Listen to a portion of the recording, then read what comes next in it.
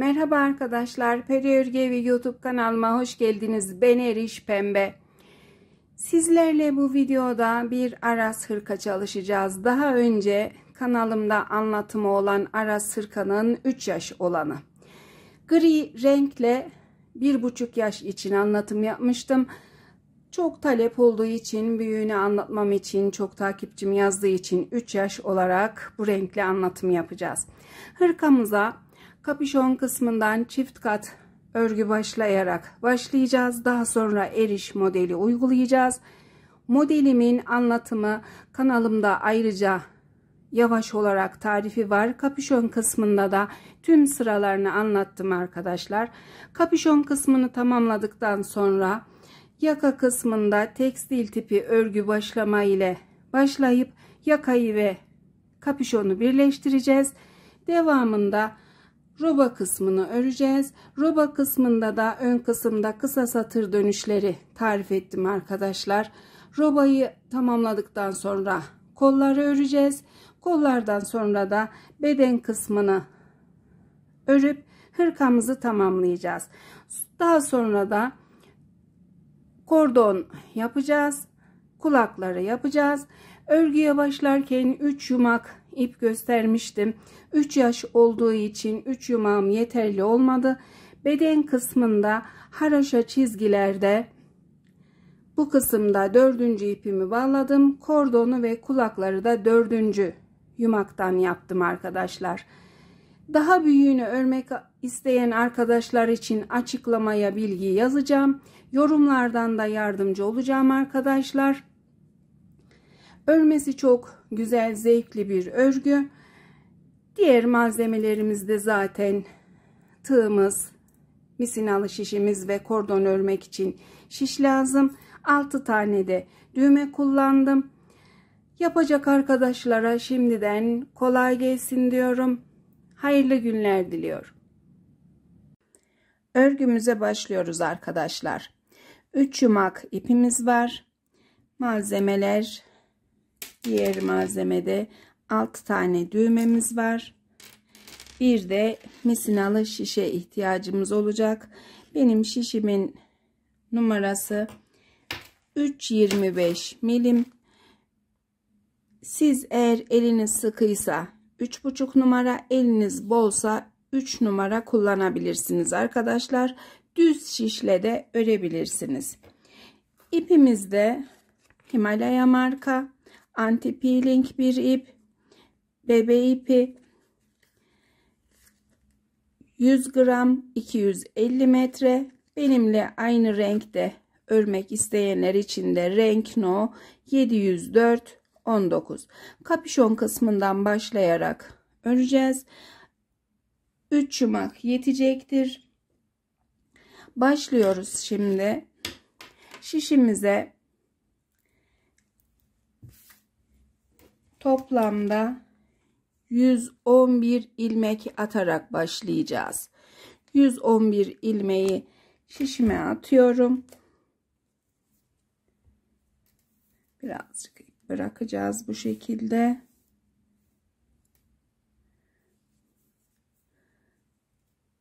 Birinci ilmeğim, daha sonra ikinci ilmeğim. Çok sıkı veya bol olmayan bir ilmek atacağız şişimize. Bu şekilde 111 ilmeği tamamlayıp daha sonra devam ediyoruz.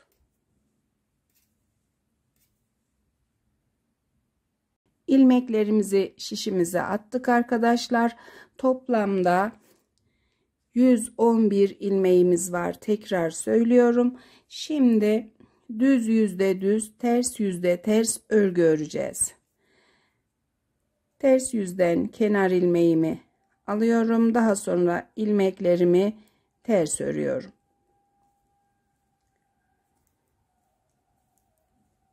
Sıramı tamamladığım zaman düz yüzde de düz öreceğim.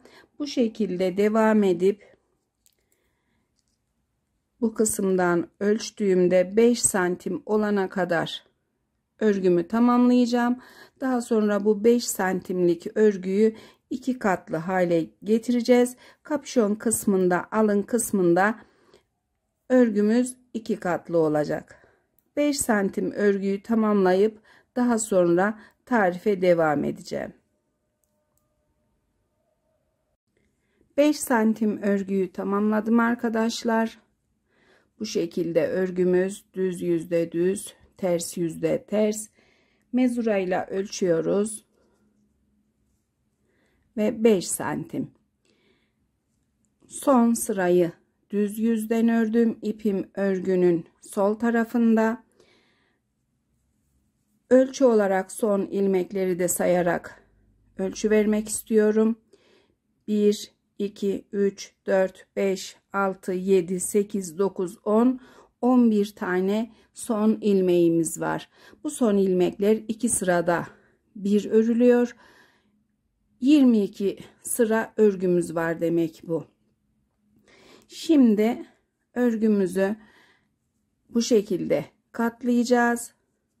İlmekler alarak ikisini birlikte öreceğiz. Bir tane şişten bir tane ilmek takarak örüp örgümüzü 2 kat yapacağız. Birinci ilmeği, kenar ilmeğimi alıyorum. Daha sonra örgüyü başladığım kısımdan bir tane bu şekilde ilmek alıyorum şişime. Hemen kenar ilmeğinin yanından şişime aldım. Diğer şişime takıyorum. İkisini birlikte şişime alıp düz örüyorum. Yerleştiriyorum. Daha sonra yine bir tane ilmek takıyorum. Şişime atıyorum. İkisini birlikte düz örüyorum. Her ilmeğin hizasından bu kısımdan birer tane ilmek takacağız.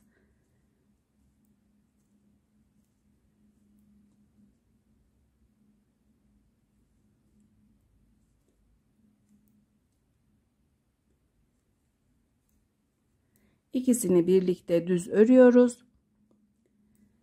Yaptığımız işlem bu.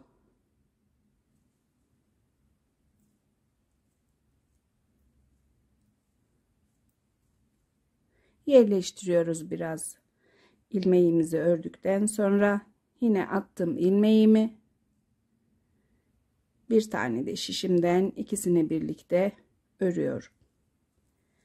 Devamındaki sıradan alıyorum yine bir ilmek takıp örüyorum.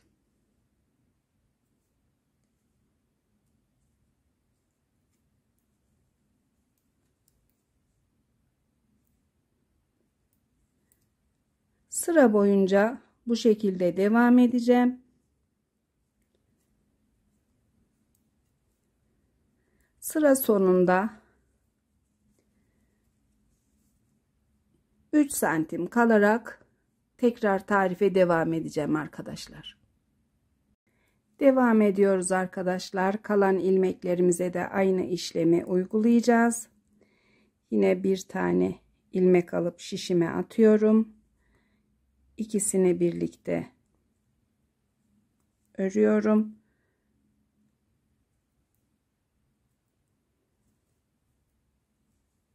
Tekrar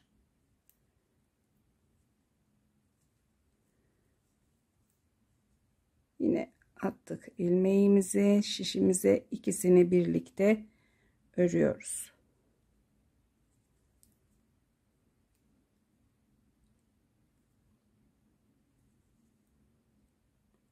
Son ilmeklerimiz artık.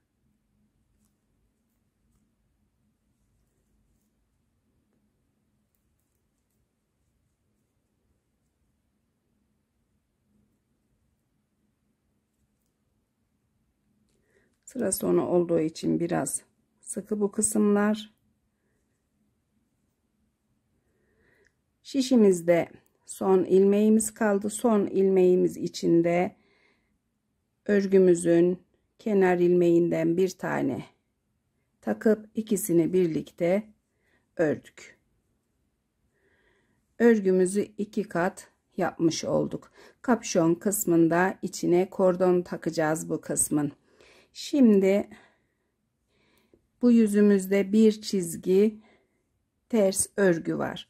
Tekrar diğer yüze model uygulayacağımız için bu yüzden bir sıra ters örerek diğer yüze döneceğim.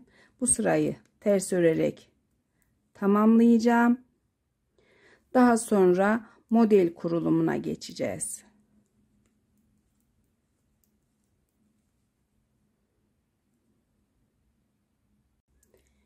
Ters yüzden sıramı tamamladım arkadaşlar. Ters yüzde 2 çizgi ters örgümüz var. Düz yüzde ise örgülerimiz tamamen düz. Ön yüz için işaret için bir tane de ayraç taktım. Ölçülerini vermek istiyorum. Yine örgümüzü birleştirince örgümüzün yüksekliği yine 3 santim arkadaşlar. Sadece şişteki sıra fazla.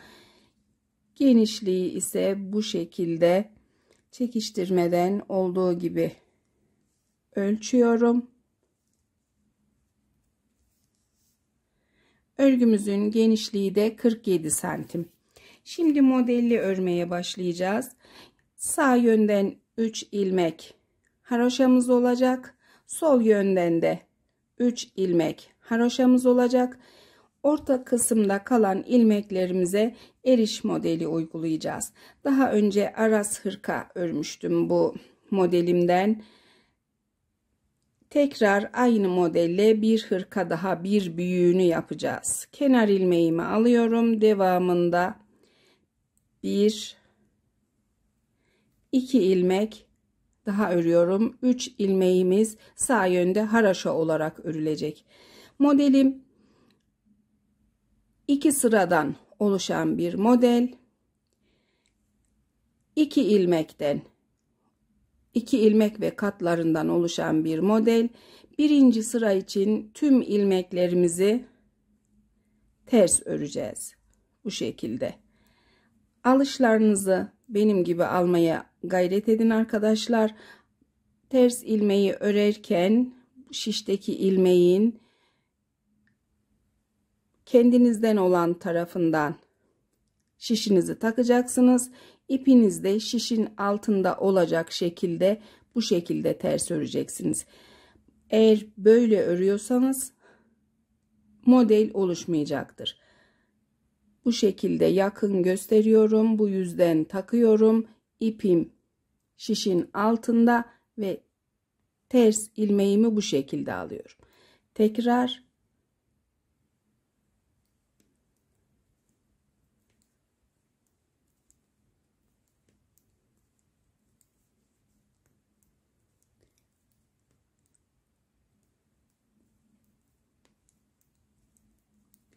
modelimizin ilk sırası tüm ilmekler bu şekilde ters örülecek. İlerliyorum. Sıra sonunda bu kısımlarda tarife devam edeceğim. Sıra sonuna yaklaştım. Devam ediyorum. İlmeklerimi ters örerek ilerliyorum. 3 ilmeğimiz kalana kadar öreceğiz. 3 ilmeğimiz kaldı. Haroşa örgüyü düz ilmekle ören arkadaşlar bu 3 ilmeği düz örecek. Bu kısımda da düz öreceksiniz. 3 ilmekten sonra ters örgüye geçeceksiniz. Kalan 3 ilmeğimi haroşa örgüye göre örüyorum. Çeviriyorum. Örgünün ters yüzündeyiz. Birinci ilmeğimi aldım. İpimi biraz yerleştirdim. Devamında 1 2 ilmek daha haroşa ördüm. Şişimde yine 3 ilmeğim var. Modelde ikinci sıradayız. Şimdi bir ters bir düz örgü öreceğiz arkadaşlar. Yine ilmeklerinizi benim gibi almaya dikkat edin. Düz ilmek için şişimi ilmeğimin içinden takıyorum. Yine ipim şişin altında bu şekilde örüyorum. Tekrar yapıyorum. Düz ilmek için taktım şişimi. İpim bu şekilde ördüm. Eğer ki ilmek alışınız bu şekilde ise değiştirmeniz gerekecek arkadaşlar. Şişin üzerinde olmayacak. Taktık ve ip altta olacak şekilde düz ilmeği ördük. Ters ilmeği yine ipimizi örgünün ters yüzüne aldık. Şişimizin üzerine aldık. İlmeğin ters yüz tarafından bu şekilde takıyoruz. İp yine alt kısımda, ters ilmeği ördük. Yeniden düz ilmek için şişimi taktım. Ördüm. Devamındaki ters ilmek, ters örgü. Yeniden düz ilmek ve ters ilmek. Ters ilmeği örerken kesinlikle bu kısımdan takmıyorum şişimi. Örgünün ters yüz tarafından, ilmeğin bu tarafından takıp ters örüyorum. Yine düz ilmek, ters ilmek, düz ilmek, ters ilmek. İlmeklerimizi alırken ipimizi hep şişin alt kısmına alarak örüyoruz. Bu şekilde örmüyoruz. Şişi alttan takmıyoruz. Üstten şiş, ip altta olacak şekilde.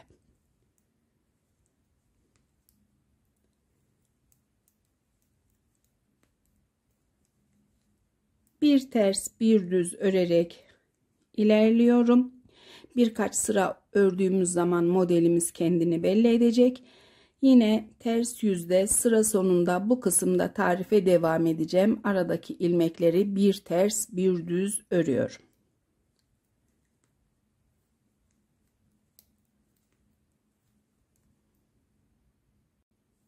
Sıra sonuna yaklaştım. Son olarak ters ilmek örmüştüm. Düz ilmek örüyorum. Tekrar ters ilmek, düz ilmek, ters ilmek ve düz ilmek. Ters ilmeğim ve son düz ilmeğim. Sol yöndeki şişimde 1 2 3 ilmeğim kaldı. Bu 3 ilmeğimi haroşa örgü için ters örgü örüyorum. Üçünü de.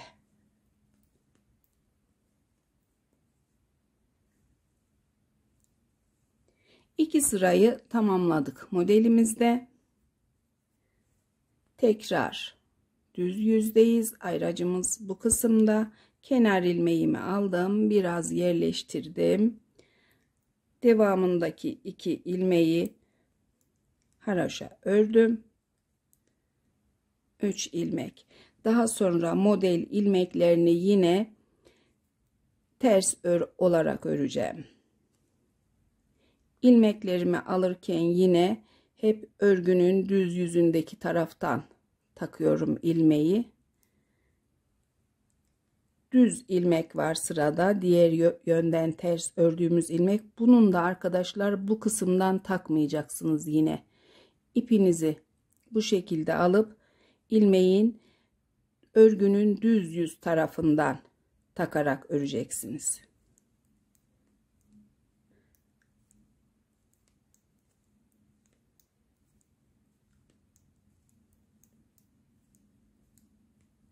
Üçüncü sıra modelimizde 3 ilmeğim kalana kadar bu şekilde devam ediyorum.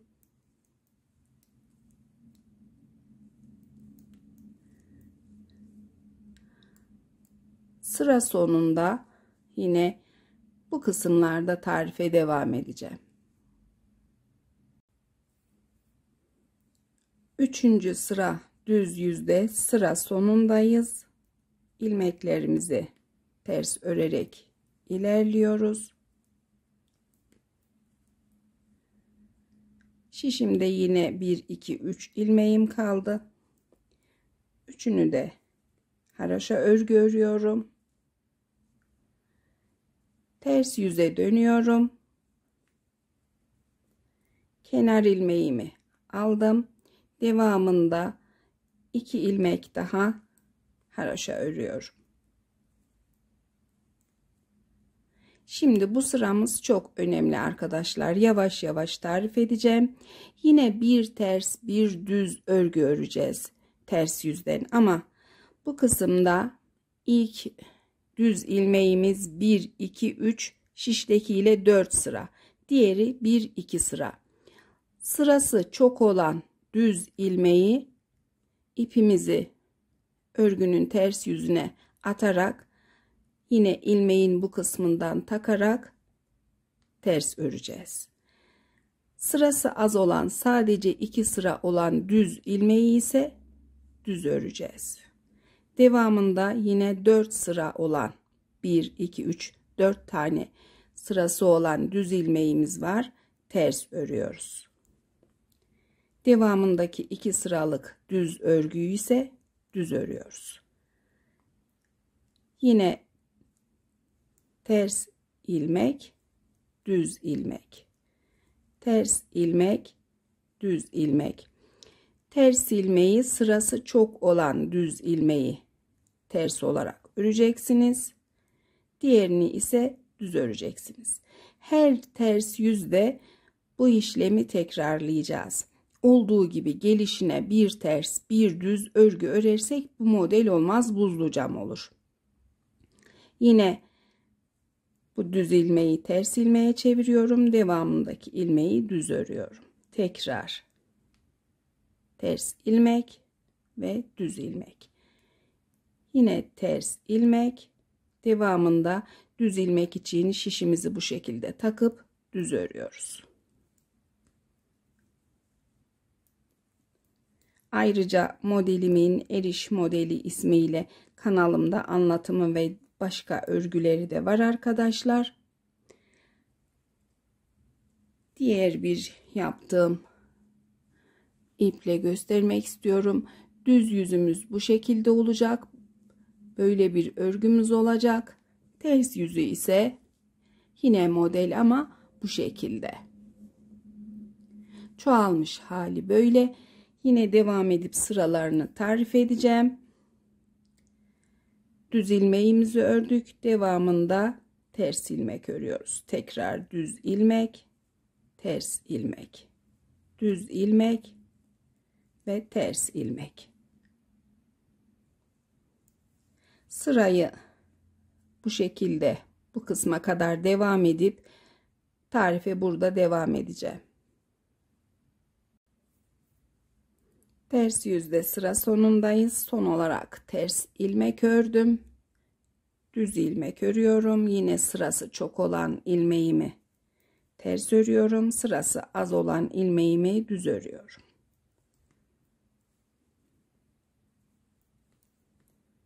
Son olarak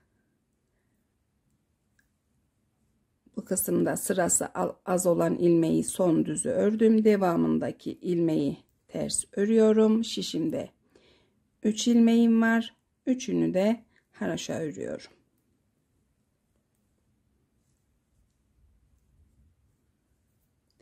Düz yüze döndük. Kenar ilmeğimi aldım. Haroşa ilmeklerimi örüyorum. Biraz yerleştiriyorum. 3 ilmek. Daha sonra yine model ilmeklerimi ters örüyorum. İlk olarak 2 sıralı bir düz ilmek var.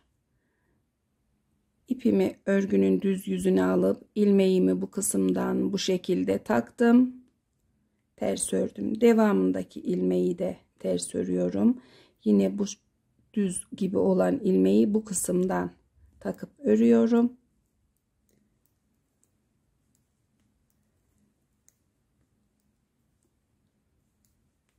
İlmeklerimi örerken arkadaşlar hep örgünün düz yüzündeki kanadından takıp örüyorum.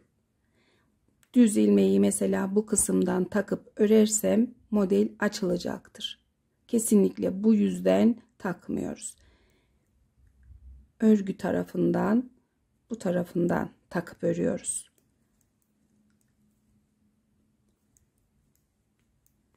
Sırayı tamamlıyorum. Ters yüzde tarife devam edeceğim.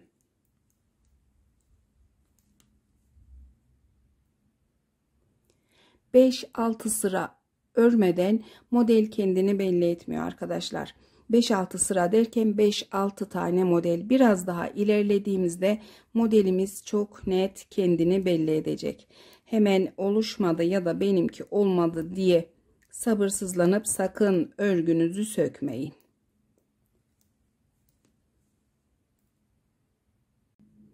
Tamamladım düz yüzden sırayı. Ters yüze dönüyorum.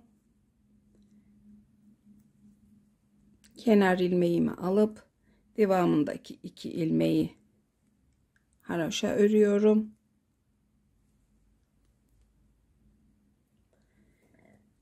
Ters yüzde yine bir ters bir düz örgü öreceğiz arkadaşlar. Bu kez 1-2 sıra olan düz ilmeğimiz var. Bu ilmeği şişimizi içinden takıp düz ördük. 4. ilmeği. Devamındaki 1-2-3-4 sıra olan düz örgüyü ise düz ilmeği ipimizi örgünün ters yüzüne alıp ilmeğimizin bu kısmından takıp ters ördük. Devamında düz ilmek, daha sonra sırası çok olan düz ilmeği ters ördük. Daha sonra yine düz ilmek örüyoruz.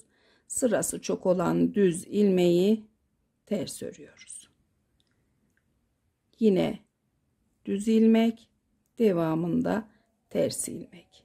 Düz ilmek, daha sonra ters ilmek.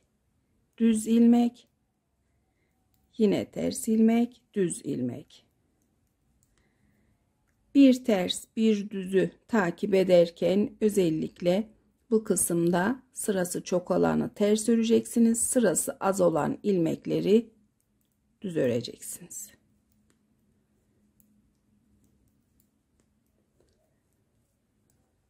Bu kısımda kendini belli etmeye başladı modelimiz. Birazcık çoğaltacağım. Model sıralarımı örüp modelimin ipimde nasıl durduğunu tekrar göstereceğim arkadaşlar. Sıralarımız aynen bu şekilde devam ediyoruz.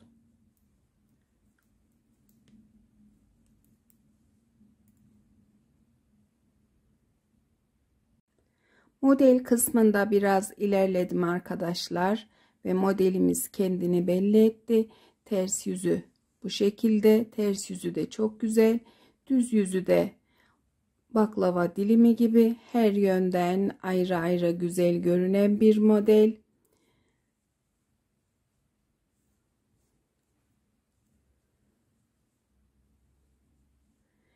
Devam edip öreceğiz. Ters yüzdeyim. Ters yüzden ilmeklerimi bir ters bir düz örüyorum.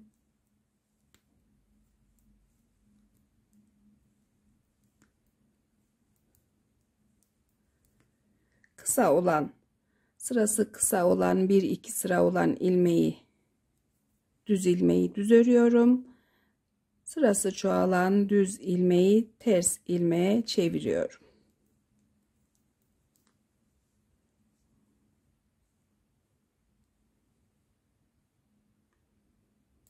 Devam ediyoruz arkadaşlar. Kapüşon kısmında orantısı eni ile uzunu birbirine orantısı yeterli olana kadar devam edip modelli şekilde örüyoruz. Sol ve sağ yöndeki 3 tane haroşa ilmeği modele karıştırmıyoruz. Daha sonra bu kısımdan ilmek takacağız yaka için.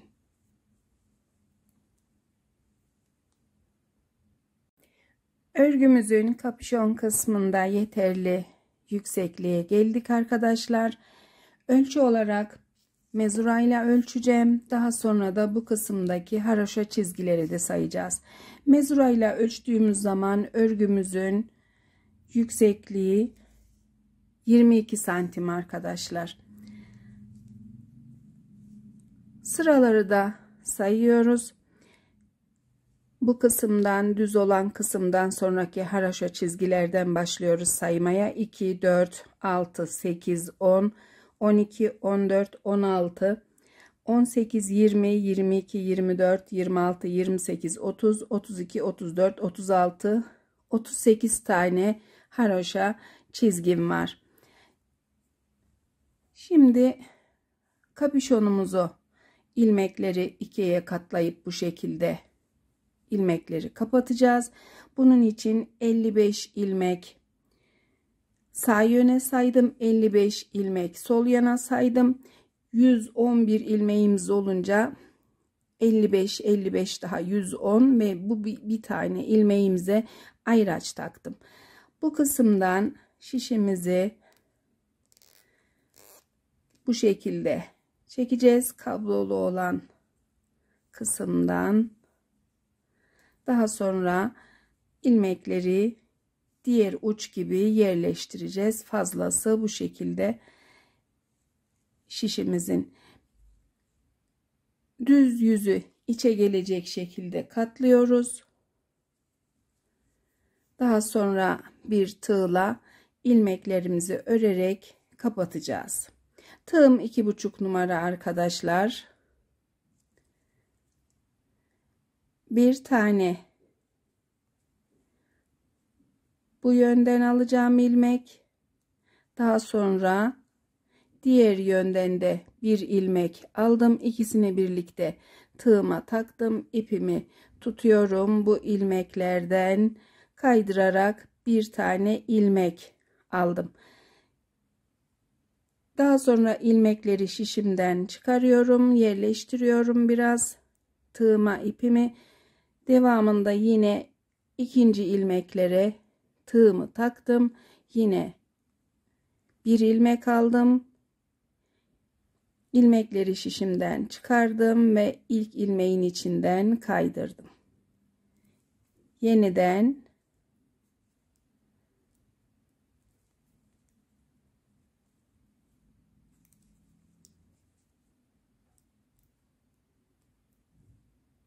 yine aldım tığıma ilmeklerimi. Ördüm, daha sonra kaydırdım. İlmeklerimizi bu şekilde kapatacağız. İkişer ikişer kapattığımızda sıranın sonunda şişimizde 3 ilmek kalacak. 3 ilmeği de birden alacağız arkadaşlar. Çünkü ilmeğimiz tek sayılı.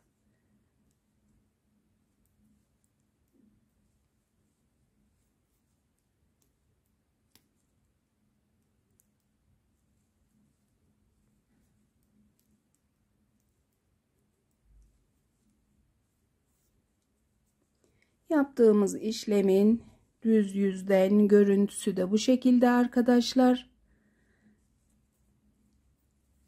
Devam ediyorum. Bu kısımlarda sıra sonunda tarife devam edeceğim. Sıra sonundayız arkadaşlar. İlmeklerimizi yine ikişer ikişer alarak kapatacağız.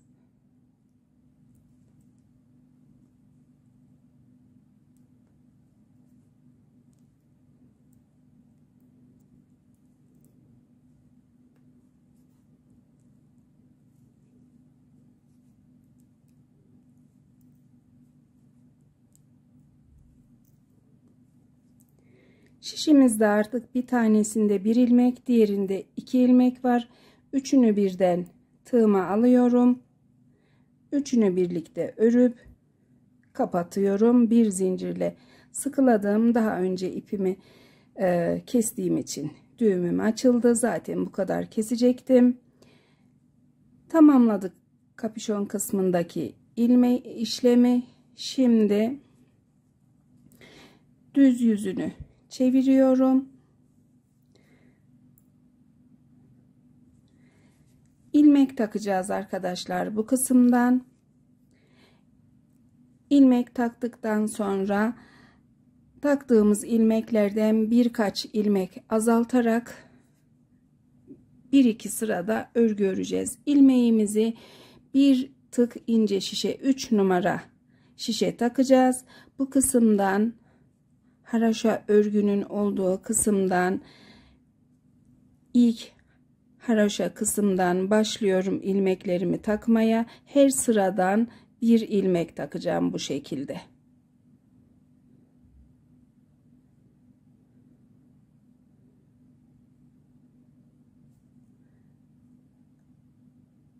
Tüm sıralardan birer tane alarak ilerleyeceğiz.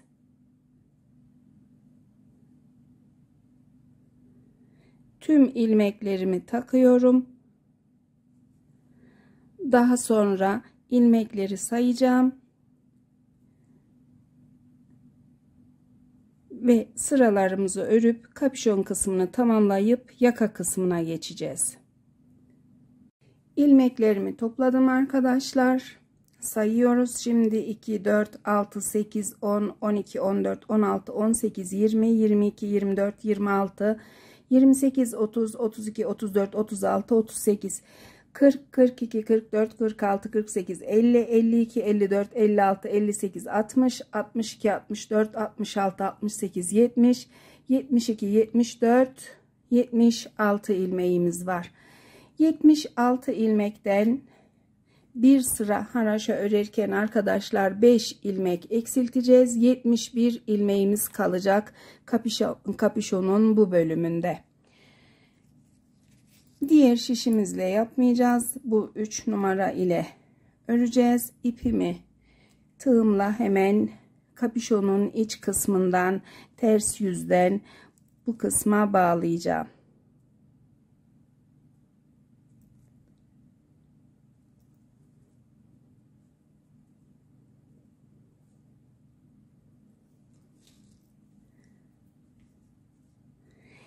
İlmek eksilteceğim kısım arka kısımda eksilteceğim. Biraz bu şekilde ördükten sonra ilk ilmeğimi ördüm. Daha sonra diğer ilmeklerimi de haraşo örgüyle örüyorum.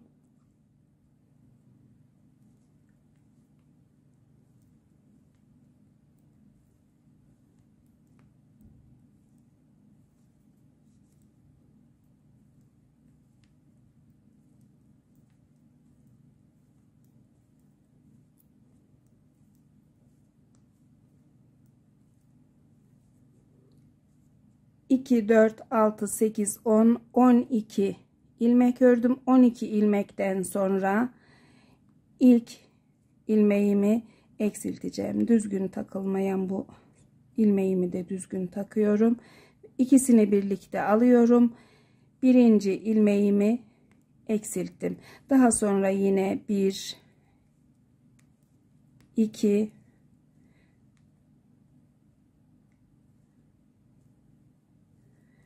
3, 4, 5, 6, 7, 8, 9, 10, 11,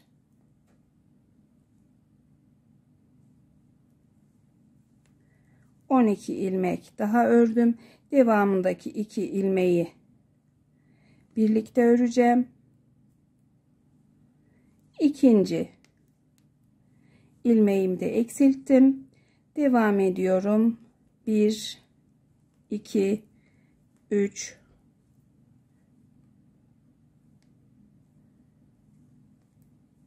4, 5, 6, 7, 8, 9 ilmek daha ördüm. Bunu da düzgün takacağım. 9 ilmek ördükten sonra kapüşonu birleştirdiğim kısımdayım. Bu yönde bir tane ilmeğim kaldı. Karşı yönden de bir ilmek alarak 3. ilmeğimi kesmiş oldum. Bu yönde de 12 ilmek ördükten sonra bir tane daha eksilteceğim. Son kesmeyi de yine 12 ilmekten sonra eksilteceğim Arkadaşlar toplamda 5 ilmek eksiltmiş olduk. Devam edip sırayı tamamlıyorum. Diğer yüzden de sıramı örüp bu kısımda düz yüzde bırakacağım. Bir çizgi haroşayı tamamladım arkadaşlar. Ters yüzden ve düz yüzden ördüm. 71 ilmeğimizle kapüşonumuz bu şekilde bekleyecek. Biz şimdi yakamıza başlayacağız. Bu şişimi de çıkarmıyorum. 3 numara ile bekleteceğim. İpini de kesmeyeceğim.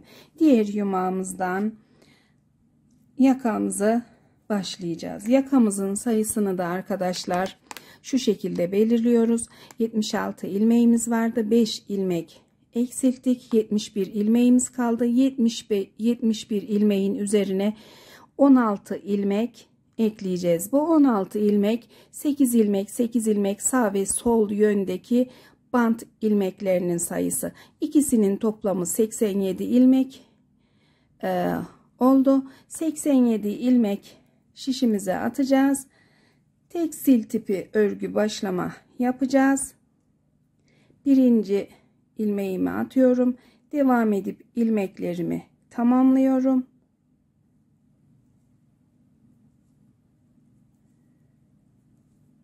...87 ilmek olunca tarife devam ediyorum.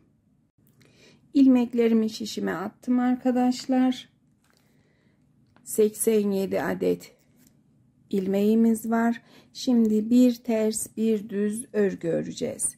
Kenar ilmeğimizi örüyoruz. Daha sonra bir ters ilmek örüyorum. Bir düz ilmek örüyorum. Tekrar bir ters ilmek. Devamında düz ilmek. Yeniden ters ilmek ve düz ilmek. Sıramı bu şekilde tamamlıyorum. Düz yüzde tarife devam ediyorum.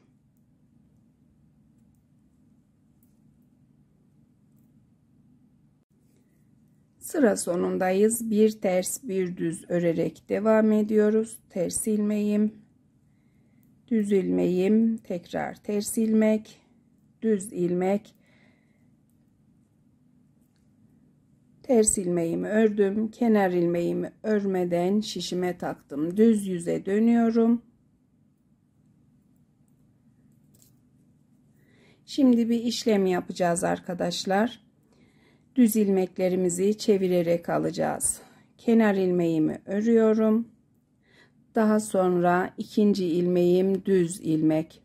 Düz ilmeği normal örmeyeceğim. Şişimi örgünün bu kısımda bu şekilde tutarak ters yönüne doğru getiriyorum. Daha sonra düz ilmeği sağ yöndeki şişime alıyorum. Çeviriyorum bu şekilde. Tekrar şişe takıyorum. Kenar ilmeğimi yerleştiriyorum. Düz ilmeğimi örüyorum. Devamındaki ters ilmeği gelişine ters örüyorum. Düz ilmek için yine şişimi örgünün altından ters yüze getiriyorum. Düz ilmeğimi sağ yöndeki şişime aldım. Çevirerek sol yöndeki şişime takıyorum. Daha sonra düz örüyorum.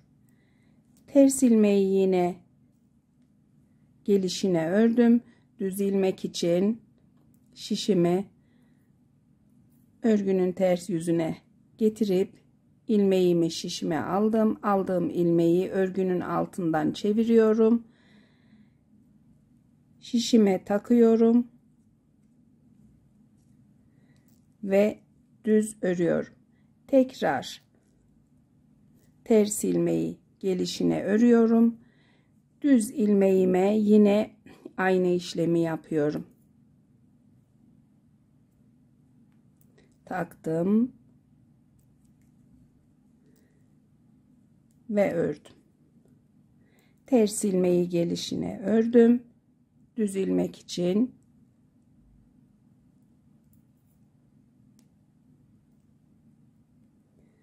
çevirdim ve ördüm. Ters ilmeği gelişine örüyoruz. Düz ilmek için çeviriyoruz, şişimizi alıyoruz ve örüyoruz.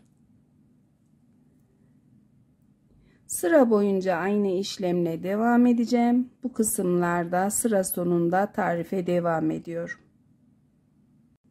Sıra sonundayım. Son olarak düz ilmeğimi örmüştüm. Daha sonra ters ilmeği örüyorum. Sıradaki düz ilmeğime yine ters yönden şişimi taktım, çevirdim. Diğer şişime takacağım ve düz örüyorum. Sıradaki ters ilmeği ters ördüm. Son düz ilmeğime yine şişimi taktım. Ters yönden çevirdim ilmeği. Sol yöndeki şişime alıp düz ördüm. Kenar ilmeğimi örmeden şişime aldım. 2 sıra örgü örmüş olduk. 3. sıradayız. Şimdi kenar ilmeğimizi örüyoruz. Daha sonra ilmeklerimizi bir ters bir düz öreceğiz. Ters ilmeğim, düz ilmeğim, ters ilmek, düz ilmek. Bu 3. sıra arkadaşlar. 3. sıradan sonra bir sıra daha bir ters bir düz örgü öreceğiz. Toplamda 4 sıra örgü örmüş olacağız. Bu sıraları tamamlıyorum. 3. ve 4. sırayı daha sonra tarife devam ediyorum.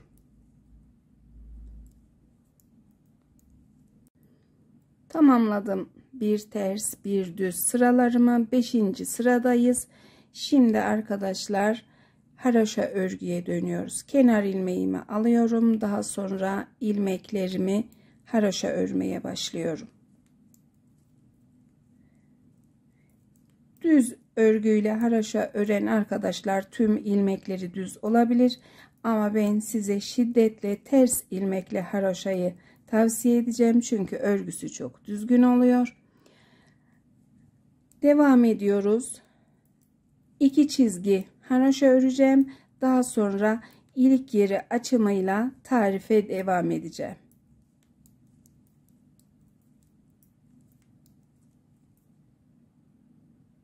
Yakamızda ilerliyoruz. 2 çizgi haroşamız oldu. Diğer yönde de 2 çizgi haroşamız oldu. Örgünün düz yüzü için ipimiz, örgüyü başladığımız ipimiz sağ yönde. Bir ayraç takıyorum bu kısma. Çeviriyorum. Ters yüzdeyim. Ters yüzde 2. çizgi haroşada. Şimdi ilik yerinin ilk sırasını açacağız. 2, 4, 6, 8 ilmekten oluşan bandımız olacak. 4 ilmek ilik yerinden önce olacak. Bu 2 ilmeği de birlikte öreceğiz. Kalan 2 ilmeği haroşa örüyorum. Daha sonra 6 ilmek kalınca 2 ilmeği birden şişime alıp ikisini birlikte örüp 1 ilmek eksiltmiş oldum. Devam edip kalan ilmekleri örüyorum.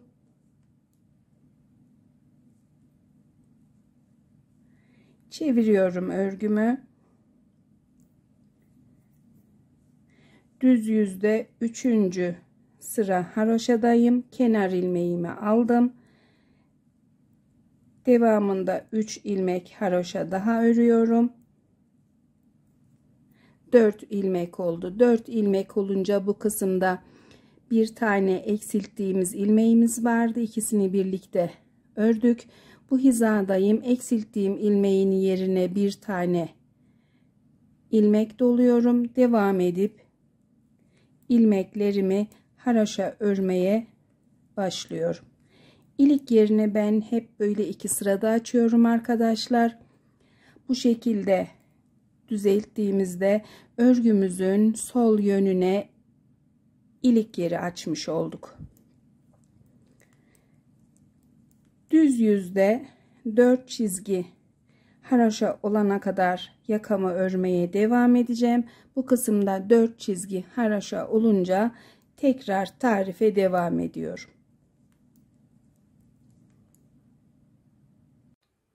Yaka kısmını tamamladım arkadaşlar. Düz yüzde 1 2 3 4 çizgi haroşa, diğer yönde de 1 2 3 4 çizgi haroşa var. Şimdi yakamızı ve kapüşon kısmını birleştireceğiz. Kapüşon kısmını bu şekilde düz yüzü kendinize gelecek şekilde tutacaksınız. Şişimi 3 numaralı şişimi diğer yönden bu kısımda kalmıştı. Bu şekilde çekerek uç kısmına getiriyorum. Şişimi ilmeklerin bu kısmına ayarlıyorum. Düz yüzü burası kapüşonun, ters yüzü iç kısmı. Yaka kısmını da düz yüzü size gelecek şekilde ayarlayacaksınız. İlik açtığım taraf şimdi sağ yönde. Bu kısımdan bu şekilde 8 ilmek ördükten sonra yakanın ve kapüşonun ilmeklerini ikisini bir alarak birleştireceğiz. İkisini bir alıp örerek 8 ilmek örüyorum. Bant için.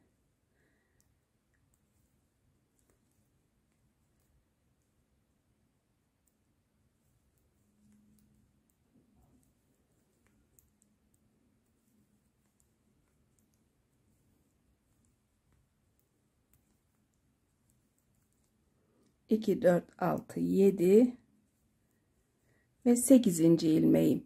8 ilmekten sonra başlıyoruz. Şimdi yaka kısmından bir ilmek şişime alıyorum. 3 numaralı şişime atıyorum. Daha sonra yaka kısmının ilmeğini ve kapüşon kısmından bir ilmeği ikisini birlikte şişime alarak haroşa örüyorum. Yine bir tane ilmek alıyorum. Diğer şişime atıyorum. İkisini birlikte örüyorum. Tekrar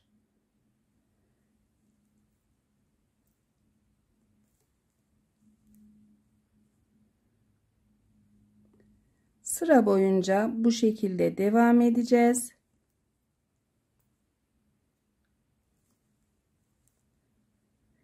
Diğer yönde de bıraktığımız gibi 8 ilmeğimiz bant için kalacak. Onu tek öreceğiz. Attığım ilmeği ve yeşil şişimden bir ilmeği birlikte örüyorum.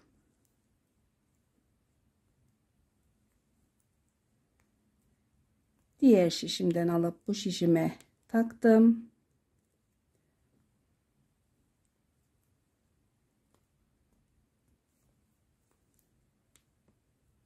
Yine ilmeğimi aldım.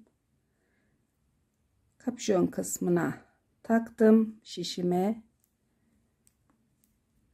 Bu şekilde devam ediyorum arkadaşlar. Birkaç tane daha yapacağım. Daha sonra iç kısımdan nasıl göründüğünü size göstereceğim. Yine bir ilmek aldım. Taktım kapüşon ilmeklerinin yanına, ikisini birlikte ördüm.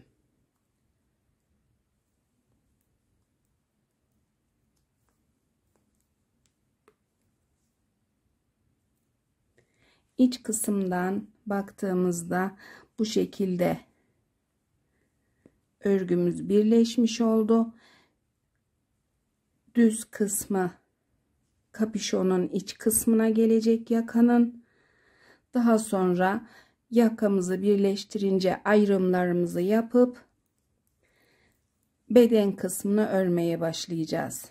Sıra sonunda bu kısımda tarife devam edeceğim. Tüm ilmeklere aynı işlemi uyguluyorum arkadaşlar.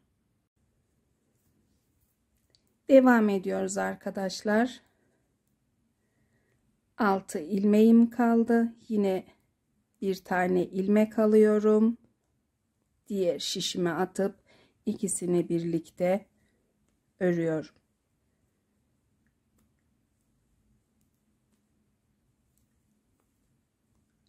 Tamamlıyorum ilmeklerimi bu şekilde.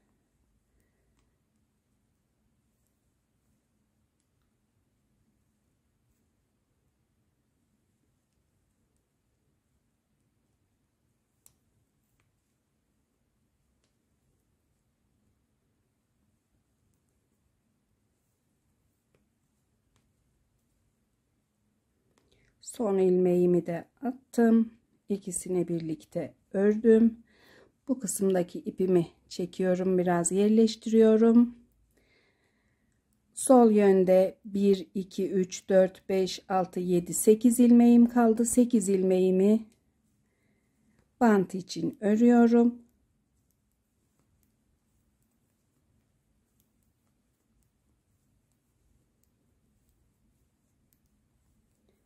Tamamladık yaka ve kapüşon birleştirme işlemini. Bu şekilde arkadaşlar, düz yüzümüz burası olacağı için iç kısımdan bir sıra daha haroşa öreceğim. Bu kısımdaki bu ipi de kesip düğümleyeceğim. Bu ipimizle devam ediyoruz. Bunun artık işi yok.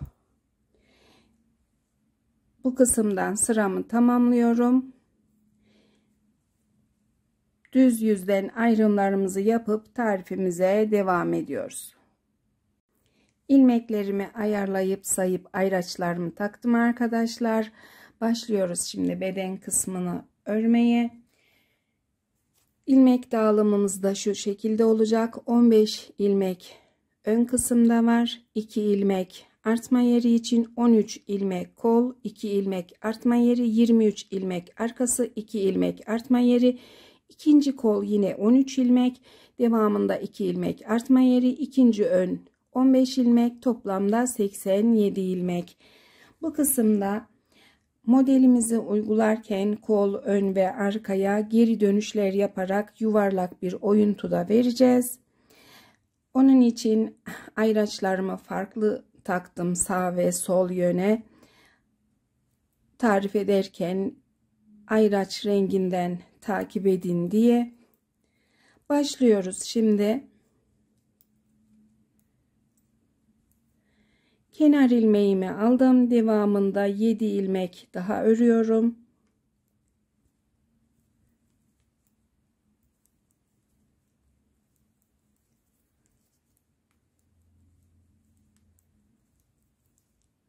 İki, 4, 2, 4, 6, 7, 8. Düz haroşa ile ören arkadaşlar 8 ilmeği düz ördükten sonra kalan 2, 4, 6, 7 ilmeği ters örecek. Çünkü modelimizin ilk sırasını şimdi bu sırada yapıyoruz. 8 ilmek bant, 7 ilmek model ilmeği. Modelimizin düz yüzünde tüm ilmekler ters örüldüğü için ters örüyorum. 1, 2, 3, 4, 5, 6 ve 7 ilmek. 7 ilmek ördükten sonra ön kısım için bir tane artma ekliyorum. Ayracımı alıyorum. Bu iki ayracın ortasındaki 2 ilmeği haroşa öreceğiz arkadaşlar. Ters ve düz yüzden sürekli ters öreceğim bu 2 ilmeği. 2 ilmeği ördükten sonra yine ayracımı alıyorum. Bir tane kol için artma ekliyorum. Kolun 2, 4, 6, 8, 10, 12, 13 ilmeğini modelin ilk sırasına göre ters örüyorum.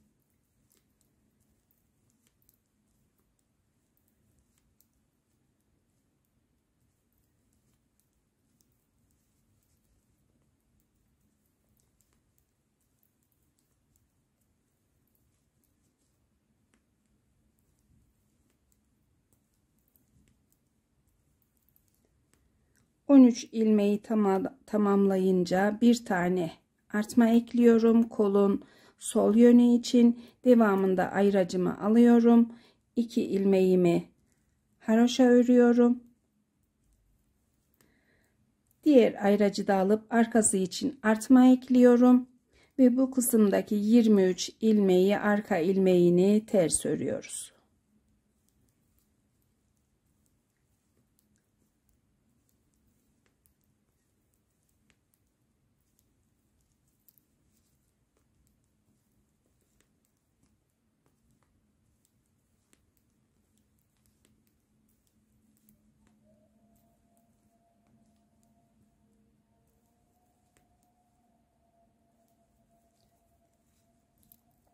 İlk sırayı tamamen çekmek istiyorum.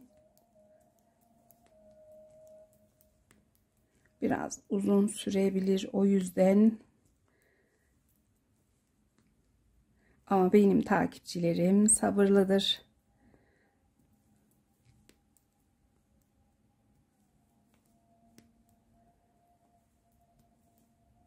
Tamamladım 23 ilmeği.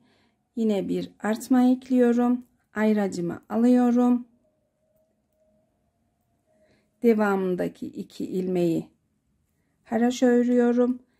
Diğer ayracı alıp kol için artma ekliyorum. Kol ilmeklerini yine ters örerek devam ediyoruz.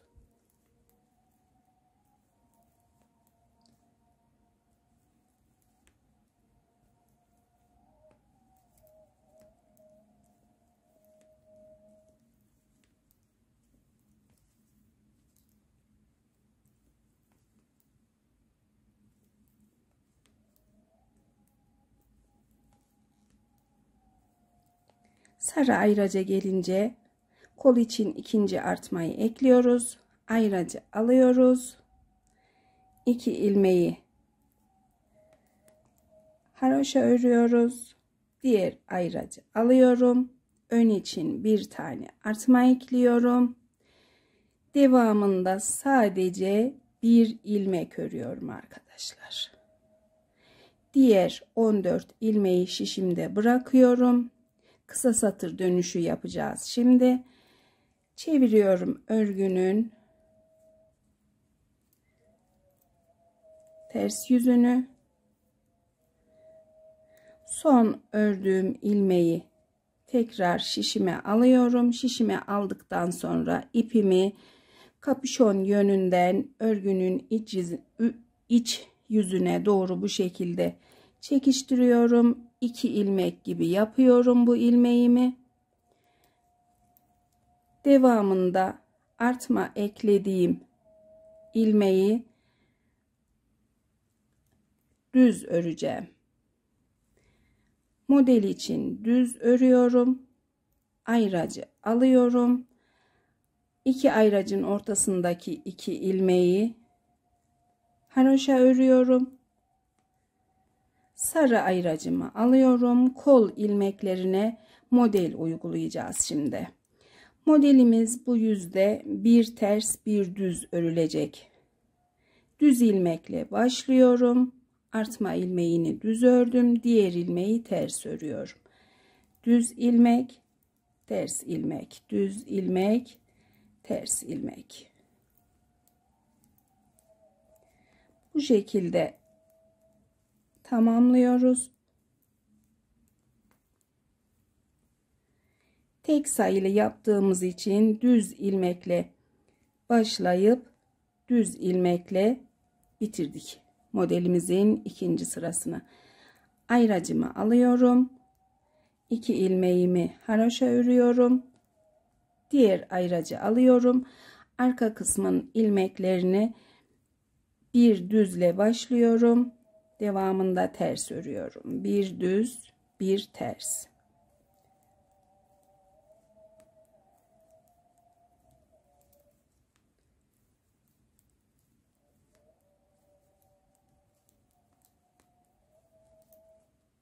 Biraz hızlı öreceğim. Herhangi bir işlem yok.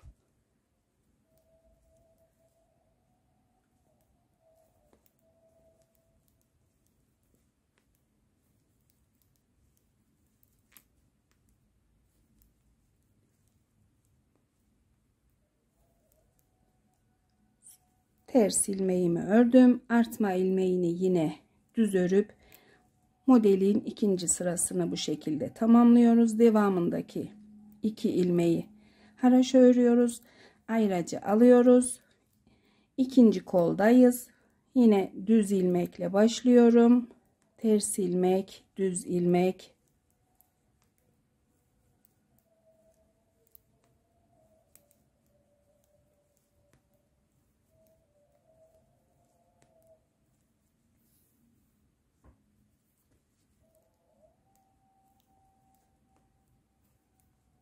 Tekrar ters ilmek ördüm.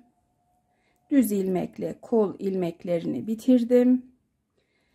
Mavi ayracımı alıyorum. Bunu da kapatacağım.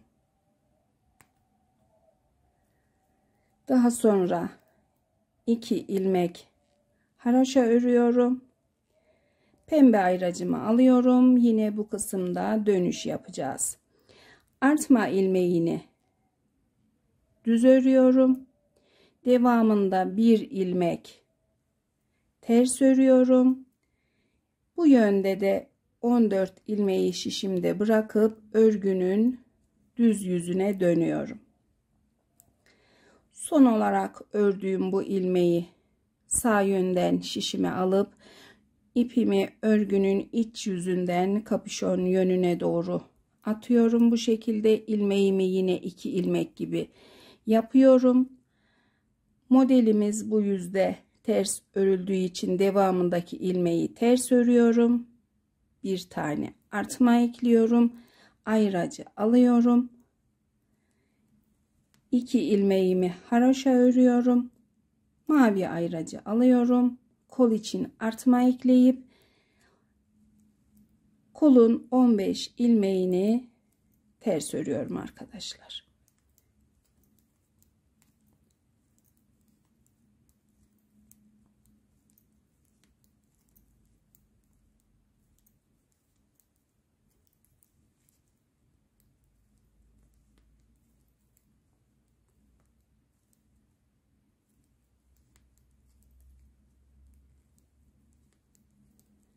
Yine bir artma ekliyorum kol için. Devamında ayracı alıp 2 ilmeği haroşa örüyorum. Yeniden ayracımı alıp arka ilmeklerini ters öreceğim. Bu kısma kadar devam edip bu kısımda tarife devam ediyorum. Sarı ayracıma yaklaştım. İlmeklerimi ters örüyorum yine. Bir tane kol için artma ekliyorum. Sarı ayracımı alıyorum. Devamındaki 2 ilmeğimi haroşa örüyorum. Pembe ayracı alıyorum. Ön için artma ekliyorum. Daha sonra bu ilmeğimi ters örüyorum ve sonra ikili gibi yaptığım, dönüş yaptığım ilmeğe geldim arkadaşlar. Bu ilmeğimi de bu şekilde şişimi takıyorum. Ters örüyorum. Devamındaki ilmeğimi ters ördüm. Şişimde 2, 4, 6, 8, 10, 12, 13 ilmeği bıraktım. Örgünün diğer yüzüne dönüyorum. Son ördüğüm ilmeği alıyorum. İlmeği aldıktan sonra ipimi şişin üzerinden bu şekilde atıyorum. Yine ikili gibi yaptım. Daha sonra bu ilmeklerimi örmeye başlayacağım. Model için öreceğiz arkadaşlar. Bu kısımda bu ilmeğimi ters öreceğim. Çünkü düz ilmek sırası fazla. İlk ilmeğimi düz örüyorum. Daha sonra bir tane ters ilmek örüyorum. Artma ilmeğini düz örüyorum. Daha sonra ayracımı alıyorum. 2 ilmek haroşayı örüyorum. Sarı ayracı alıyorum. Model için ilmeklerimi takip ediyorum. Bu kısımda 1, 2, 3 sırası olan, sıraları çok olan ilmekleri terse çevireceğiz. Ters ilmek, düz ilmek, ters ilmek ve düz ilmekle başlıyoruz. Yine bir düz ilmek örüyorum. Bir ters ilmek örüyorum. Sırası az olan düz ilmeği tekrar düz örüyorum. Sırası çok olan ilmekleri terse çeviriyorum.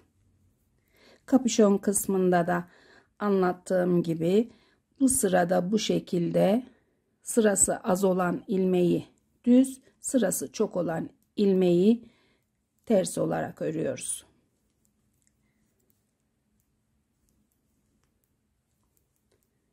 Modelimiz ters yüzde, bir ters bir düz ama özellikle bu sırada dikkat ediyoruz. Tekrar ters ilmek ördüm, düz ilmek, ters ilmek, düz ilmekle bitiriyorum. Ayracımı alıyorum. 1 2 ilmek haroşa örüp arka kısmın ilmeklerinde de modelime göre ilmeklerimi hesaplıyorum. Bu ilmeğimin sırası çok, ters olacak, yanındaki düz olacak. Bu ilmek tekrar ters olacak ve arka kısma da düz örerek başlıyorum.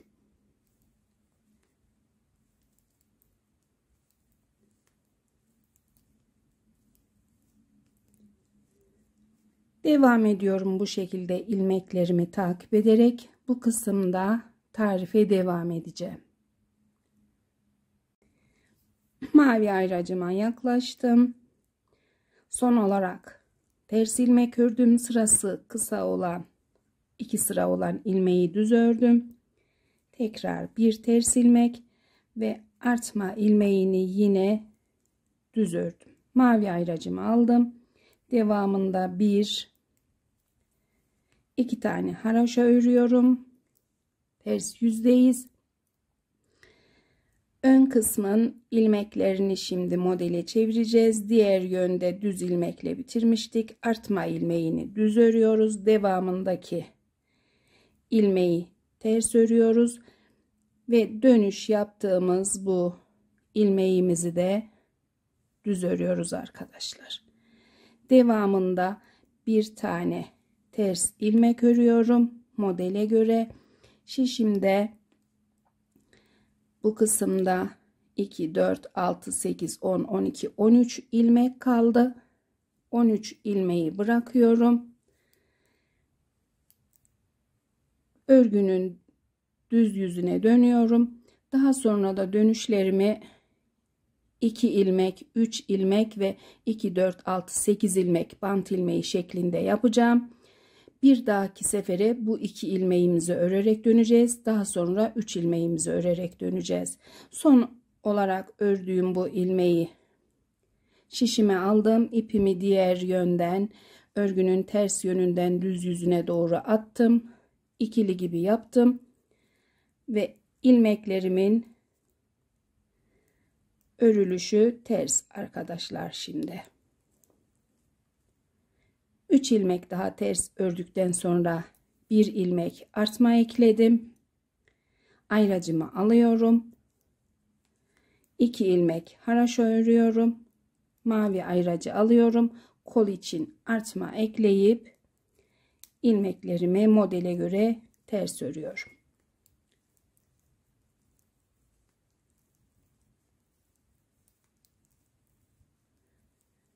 Devam ediyorum ilmekleri ters örerek artmalarımı ekleyerek bu kısımda tarife devam edeceğim. Yine sarı ayracın olduğu bölümdeyim. Devam ediyoruz.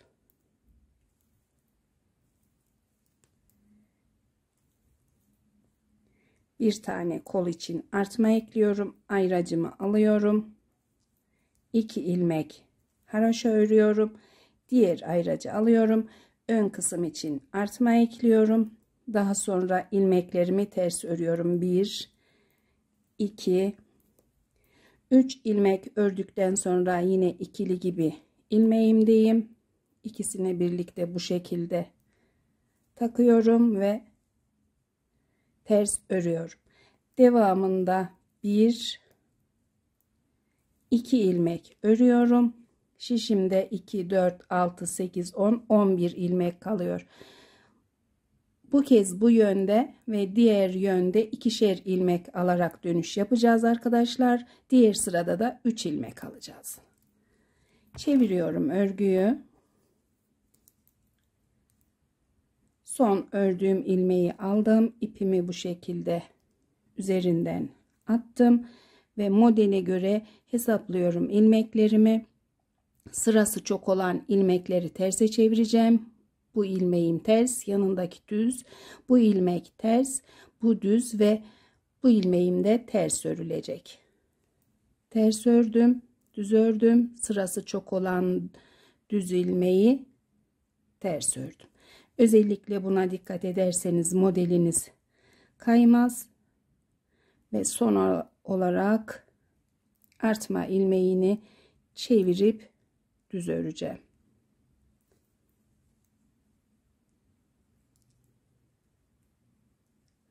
Ayracımı çıkarıp yapacağım.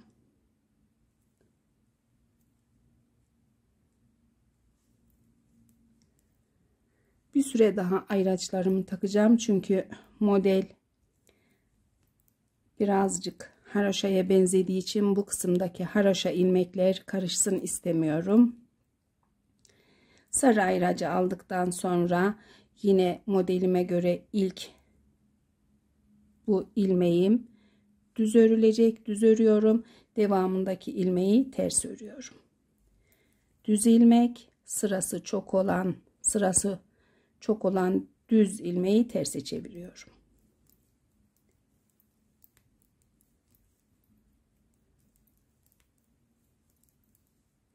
Sıraya devam ediyorum. Mavi ayracın olduğu bu kısımda tarife devam edeceğim. Örgünün ters yüzündeyim. Son olarak ters ilmek ördüm. Devamında düz ilmek örüyorum. Tekrar bir ters ilmek örüyorum. Artma ilmeğine gelince çevirip düz örüyorum. Ayracımı alıyorum. Devamında 1, 2 ilmek haroşa örüyorum. Diğer ayracı alıyorum. Bu kısımda da ilmeklerimizi modele göre öreceğiz. Modele göre ördüğümüzde ters ilmek, düz ilmek, ters ilmek ve düz ilmekle başlayacağız. Sıralarına göre hesaplıyoruz. Bir tane düz ilmek ördüm. Devamındaki ilmeği ters örüyorum. Sırası kısa olan ilmeği düz örüyorum. Tekrar sırası 4 sıra olan düz ilmeğimi terse çeviriyorum. Devamında bu kısımda ikili gibi yaptığım ilmeğim var. Bu ilmeğimi de şişimi bu yönden takıyorum ve düz örüyorum. Dönüş yaptığım ilmeğim. Devamında 2 ilmek örüp düz yüze döneceğim. Bir ters ilmek, bir düz ilmek örüyorum.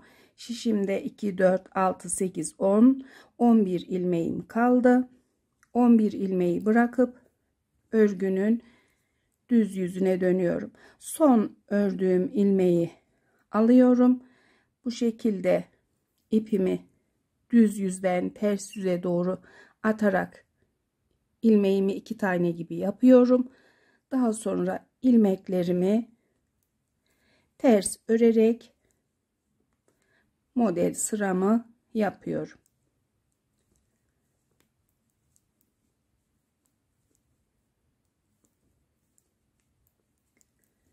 Pembe ayracıma gelince düz yüzde yine ön için artmamı ekliyorum. Ayracımı alıyorum. 2 tane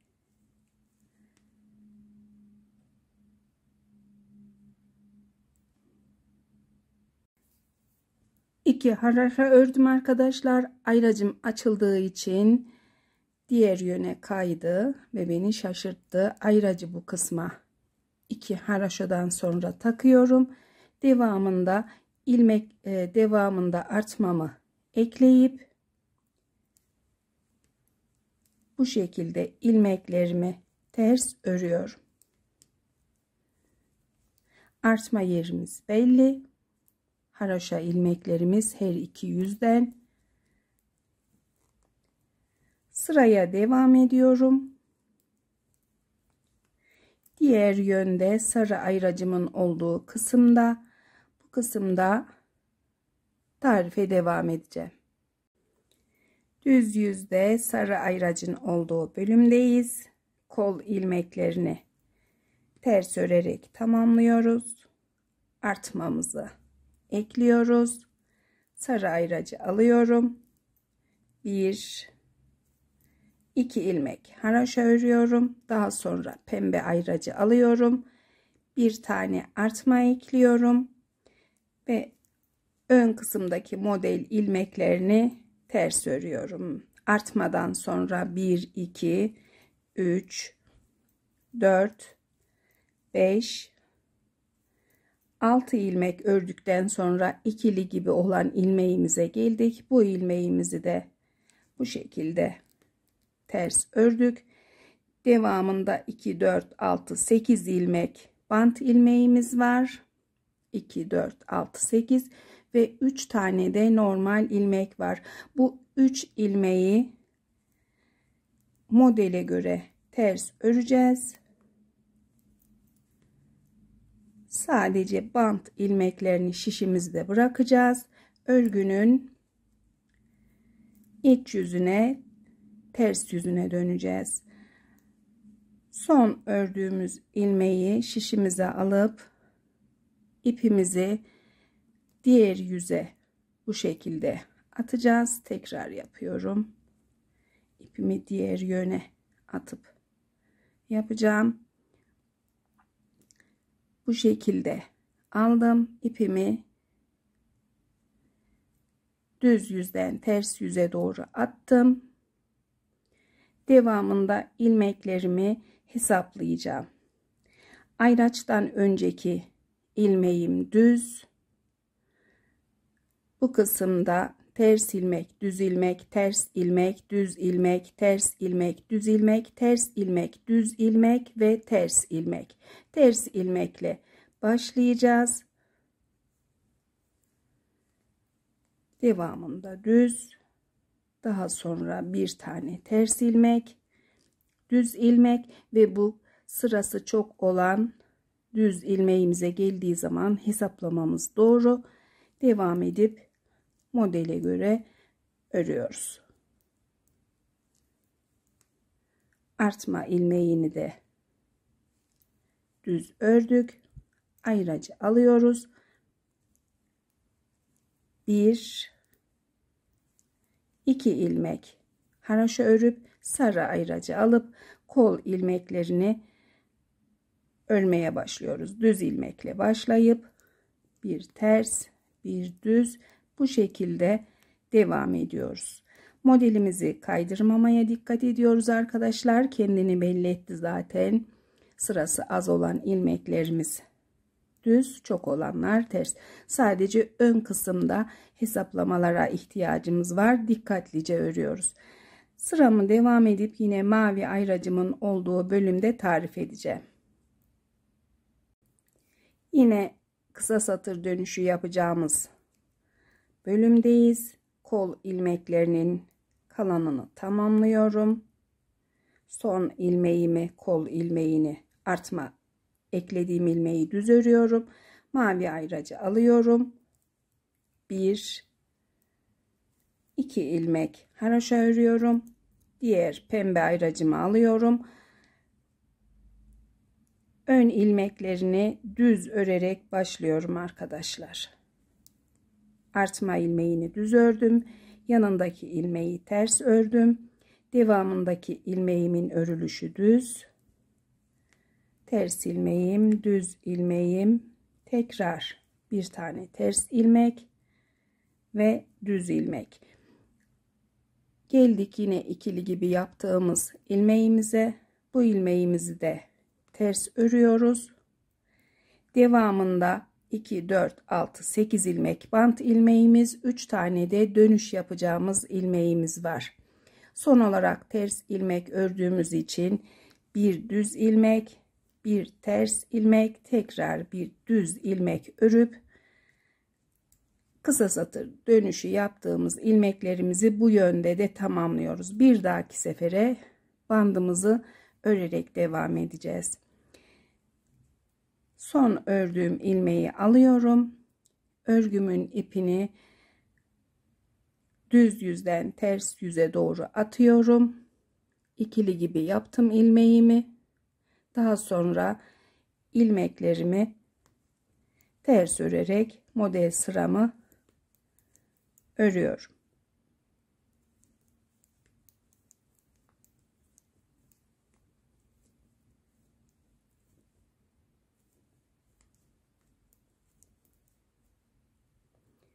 Pembe ayracıma gelince artmamı ekliyorum.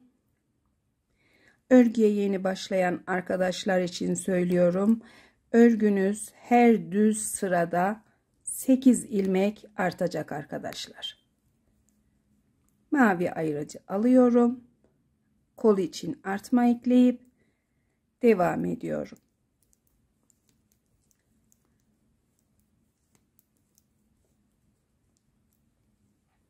Bu kısımda sarı ayracın olduğu bölümde tarife devam edeceğim. Bu pembe ayraçların olduğu yerlerde artmamı ekleyip modelime göre örüyorum. Düz yüzde sıra sonundayız. İlmeklerimizi ters örüyoruz.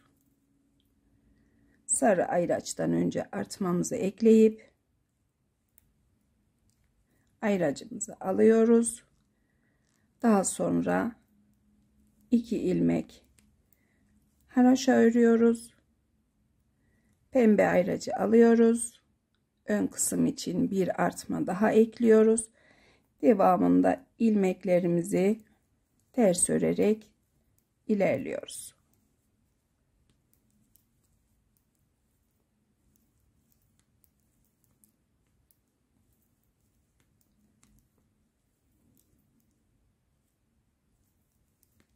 Bant ilmeklerinden önce yine ikili gibi olan ilmeğimizdeyiz.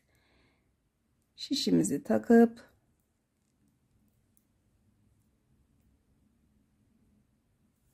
ilmeğimizi ters ördük.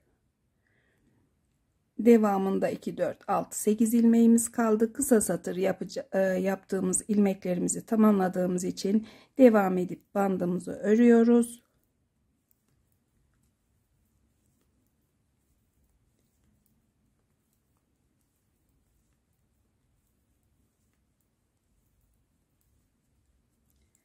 Çeviriyoruz örgüyü.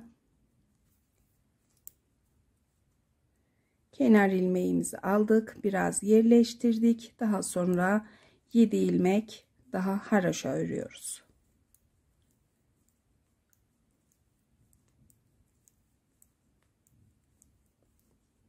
İki 4 6 8 ilmek bant sayısı. Daha sonra ilmeklerimizi hesaplayacağız. Bu kısımda bir tane sırası çok olan düz ilmek var. Onun yanındaki ilmek ters, düz ilmek, ters ilmek ve düz ilmekle başlıyoruz modelin iç yüzden örülüşüne. Düz, ters,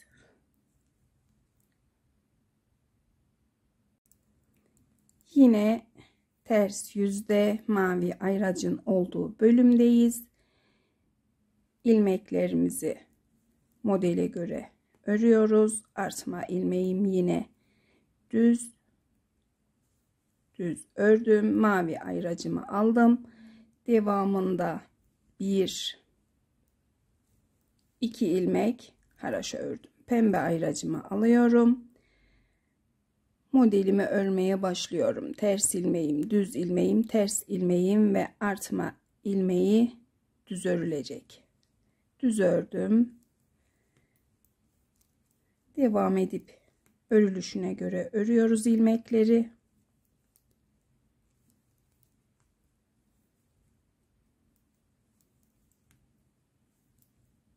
Sırası çok olan düz ilmekler ters örülüyor. Devamında bir düz ilmek ve daha sonra Yine dönüş yaptığımız ilmek ve 2 4 6 8 tane bant ilmeğimiz var. Bant ilmeğinden önceki bu ilmeğimizi de ters ördük. Devam edip bant ilmeklerini haroşa örüyoruz. 1 2 3 4 5 6 7 ve 8. Tamamladık arkadaşlar yaptığımız kısa satır dönüşünü, oyuntumuzu. Artık normal öreceğiz. Şişimi çekip bu şekilde yaptığımız yaka çalışmasını tam gösteriyorum. Gayet güzel oldu. Oyuntusu da güzel oldu.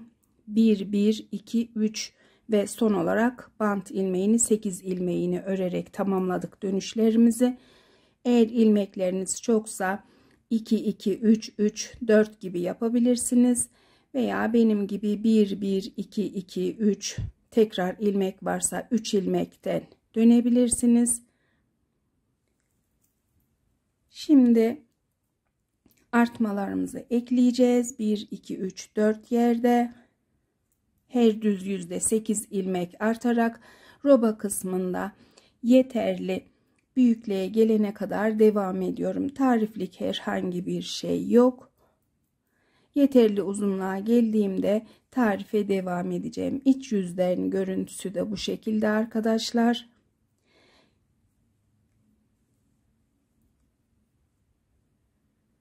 Devam ediyoruz.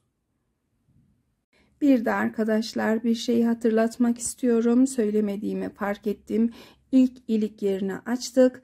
Daha sonraki sıraları ilik yerlerini 13 çizgi haroşa ile açacağım ben. 1 2 3 4 tane oldu. 13 çizgi olduğunda ikinci ilik yeri açmayı unutmuyoruz. Roba kısmında yeterli ilmek sayısına ve büyüklüğe geldim arkadaşlar. Ölçü vereceğim şimdi. İlmek sayılarını ölçeceğim. Daha sonra ölçü olarak bu kısımdaki haroşa çizgilerimizi bir de artma sayılarını yazacağız. İlmeklerle başlıyoruz. Roba kısmında önlerde 40 ilmeğimiz var. Arkasında 73 ilmeğimiz var. Kolları 63 ilmek. Artma yerlerinde de 8 ilmeğimiz var. Toplamda 287 ilmeğimiz var bu şekilde şişimizde. Son sıra düz yüzden ördüm. İpimi sol yönde bıraktım. Şimdi ön kısmın ilmeklerini birinci kolun ilmeklerini örüp bu kısımda dönerek kolu örerek devam edeceğiz. Sıraları da sayarak ölçü vermek istiyorum. Haroşa çizgilerimizi saydığımızda hemen bir ters bir düzden sonra sayıyoruz. 2 4 6 8 10 12 14 16 18 20 22 24 26 çizgi haroşamız var. Artma sıralarını saydığımızda ise bu kısımdan 2 çizgi haroşadan sonra birleştirme yaptığımız çizgiden sonra sayıyorum. 1 2 3 4 5 6 7 8 9 10 11 12 13 14 15 16 17 18 19 20 21 22 23 24 ve 25. artma sıram şişimde arkadaşlar. Bir de arka kısımdan roba yüksekliğini ölçmek istiyorum. Örgüyü olduğu gibi kendi halinde düzelterek bırakıyoruz. 2 çizgi haroşadan sonra bu şekilde tutup ölçtüğümde örgümün yüksekliği 12,5 santim arkadaşlar. Bu şekilde 12,5 santim yeterli bizim için. Şimdi şişimin diğer ucunu alıyorum. İlk ön parçayı öreceğim. Kol kısmında da bu kısma kadar örüp bu kısımda tarife devam edeceğim. Kol ilmeklerinde devam ediyorum arkadaşlar. Düz ilmeğim, ters ilmeğim, tekrar düz, ters ilmek ve artma ilmeğine gelince artma ilmeğini de yine düz örüyorum. Bu kısımdaki 2 ilmek haroşa ördüğümüz bölümdeyiz. Bu ilmeğimin bir tanesini kol ilmeklerine alacağım. Bir tanesini arka kısmın ilmeğine bırakacağım.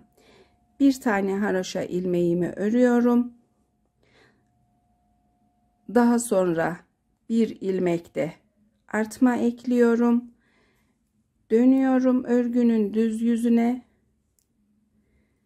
Artma ilmeğimi kenar ilmeği olarak örüp daha sonra diğer ilmeklerimi ters örerek model sırama devam edeceğim.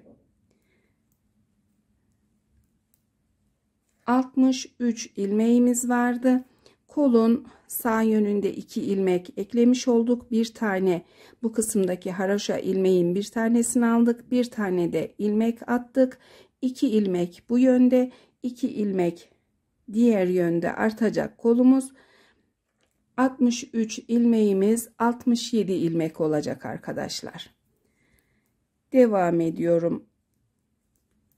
İlmeklerimi örüyorum.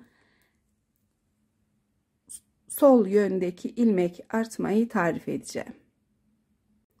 Düz yönde kol ilmeklerindeyim. Kalan ilmeklerimi örüyorum. Son ilmeğimi de ördüm. Artma ilmeği yok artık arkadaşlar. Bu kısımdaki yine 2 ilmek haroşa ördüğümüz kısımdayız. Bir tanesini ters örüyoruz. Kol ilmeklerine ilave ettik. Diğer yöndeki ön ilmeklerini şişimizde bırakıyoruz. Şişime bu yönde de bir tane ilmek atıyorum. Kol ilmeklerini 67 ilmeğe tamamlıyorum. Bu kısımdaki ilmeklerimi ilmek tutucuya alacağım. Aynı şişimle devam edip kol kısmını öreceğim. Kol kısmında birer ilmek attığım için ilmeklerimi hesaplıyorum. Modelime göre bu ilmeğimi ters öreceğim. Yanındaki ilmeğim düz. Daha sonraki ilmek ters ve yine düz ilmekle başlıyorum arkadaşlar modele.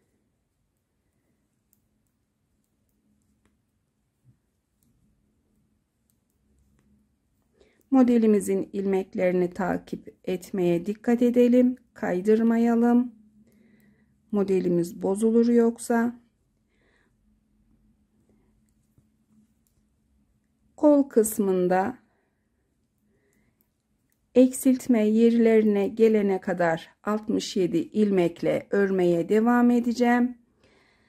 Yaklaşık mezurayla göstermek istiyorum.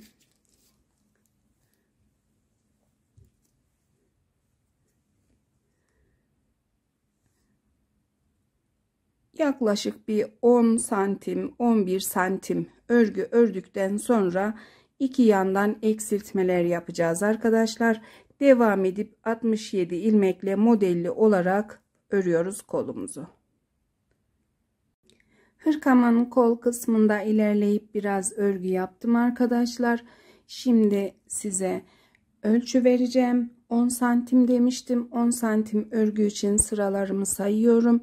Bu kısımdan ilmek attığımız sıradan sayıyoruz. 1, 2, 3, 4, 5, 6, 7, 8, 9, 10, 11, 12, 13, 14, 15, 16, 17, 18, 19 tane son ilmeğimiz var.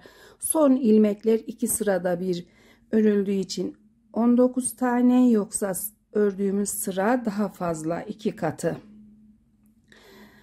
Santim olarak da ölçtüğümde bu kısımdan ölçüyorum. 10 santim örgü yaptık. 10 santim örgüden sonra sağ ve sol yönden ilmeklerden birer tane kesmeye başlayacağız. Kesme için kenar ilmeğimi örüyorum. Daha sonra devamındaki ilmeği ters örüyorum. İkinci ilmek ve kenar ilmeğim var şişimde. kenar ilmeğimi ikinci olarak ördüğüm ilmeğin üzerinden atıyorum. Bu şekilde bir tane ilmek kesmiş oldum. Devam edip diğer ilmekleri aynı şekilde modelime göre ters örüyorum.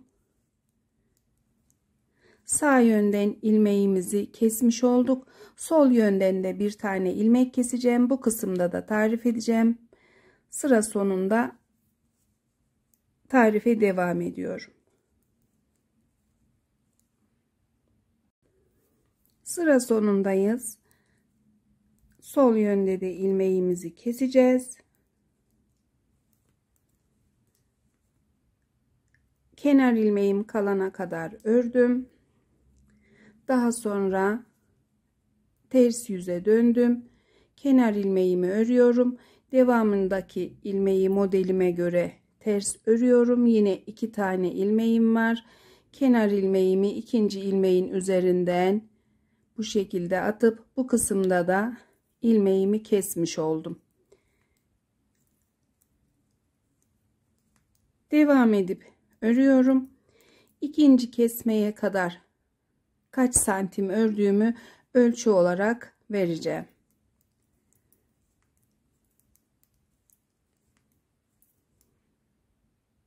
Hırkamızda kol kısmında ilk kesmeden sonra sıralarımı ördüm.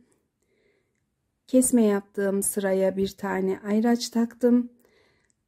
Daha sonra 1, 2, 3, 4, 5 tane son ilmeğim olacak şekilde ördüm. Bu kısımdaki mesafeyi ölçtüğümüzde arkadaşlar 3 santim.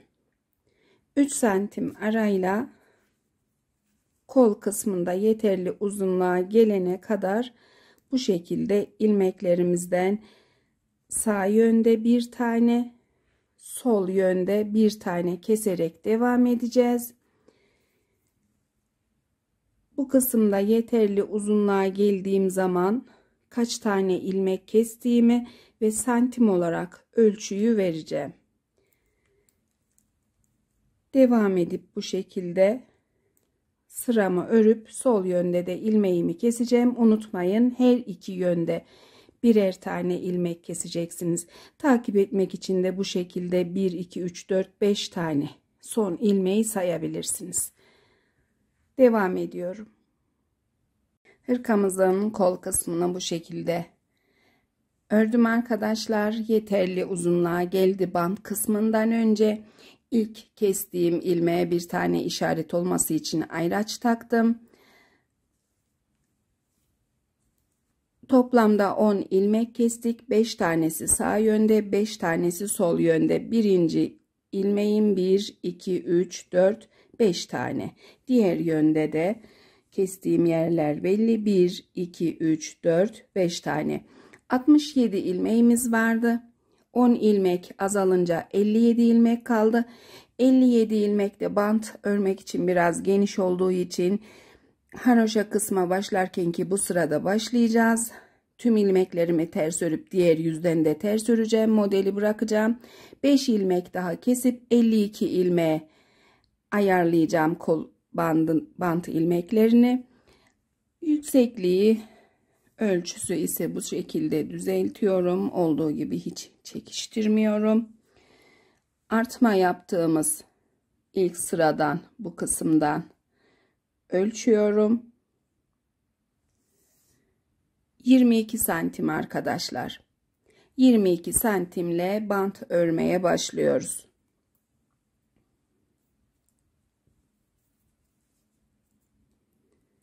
Kenar ilmeğimi örüyorum. Devamında 1, 2, 3, 4, 5, 6 tane daha ilmek örüyorum. 2, 4, 6, 7 ilmek örmüş oldum. 7 ilmekten sonra 8. ve 9. ilmeği şişime ikisini birlikte alıp örerek bir ilmeği kesmiş oluyorum. Eliniz bolsa kol bandı için şişinizi bir tık ince şiş takabilirsiniz. Devam ediyoruz. 1, 2, 3, 4, 5, 6, 7, 8 ilmek daha ördüm. 8 ilmekten sonra 9. ve 10. ilmeği şişime aldım. İkisini birlikte ördüm. İkinci ilmek kesişim. Daha sonra 1, 2, 3, 4, 5, 6, 7, 8 ilmek örüyorum. 9. ve 10. ilmeği şişime ikisini birlikte alıp örüp bir tanesini kesmiş oldum. 3. ilmek kesişimiz. 1, 2, 3, 4, 5, 6, 7, 8 ilmek. 8 ilmekten sonra yine 2 ilmeği şişime alıyorum. İkisini beraber birlikte örüp 4. ilmeğimi kestim. 1, 2, 3, 4, 5, 6, 7, 8 ilmek daha ördüm. 9. ve 10. ilmeği şişime alıp ikisini birlikte örerek 5. ilmeğimi kesmiş oldum. Sol yöndeki şişimde 2, 4, 6, 8 ilmeğim kaldı. Artık ilmek kesmeyeceğim. Gelişine örüyorum.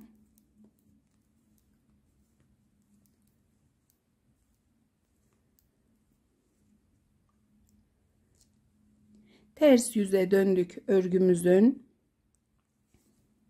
Kenar ilmeğimi ördüm. Daha sonra tüm ilmeklerimi haroşa örgüye dönüyorum.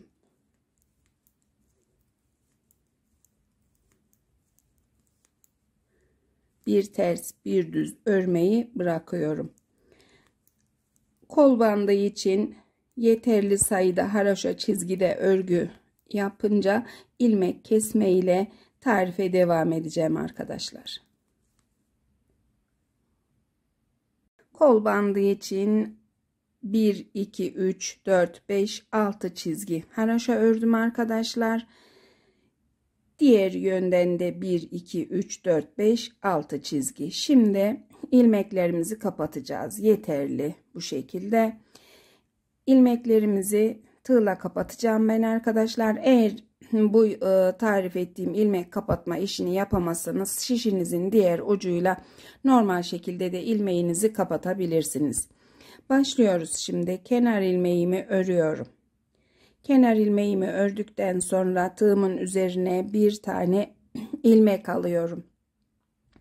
İlmek aldıktan sonra örgümden bir ilmek örüyorum. Tığımda üçü birlikte. Ördüğüm son ilmeği kenar ilmeğimin ve doladığım ilmeğin içinden bu şekilde kaydırıyorum. Tekrar doluyorum. Bir ilmek daha örüyorum. Kaydırıyorum. Doluyorum. Bir ilmek daha örüyorum. Kaydırıyorum. Tığımda bir tane ilmek, bir tane daha doluyorum. Daha sonra örgümden bir ilmek örüyorum. Bu şekilde kaydırıyorum. Ördüm. İkisinin içinden ördüğüm ilmeği kaydırdım.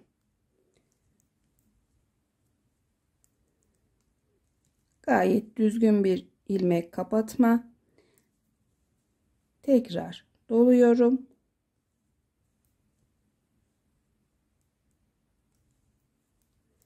Biraz ilerlediğinde iyice kendini belli edecek.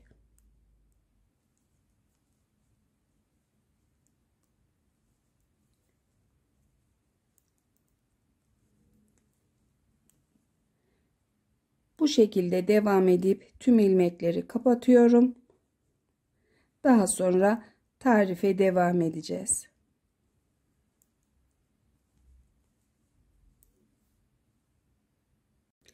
Tamamladım arkadaşlar. Tüm ilmeklerimi kapattım.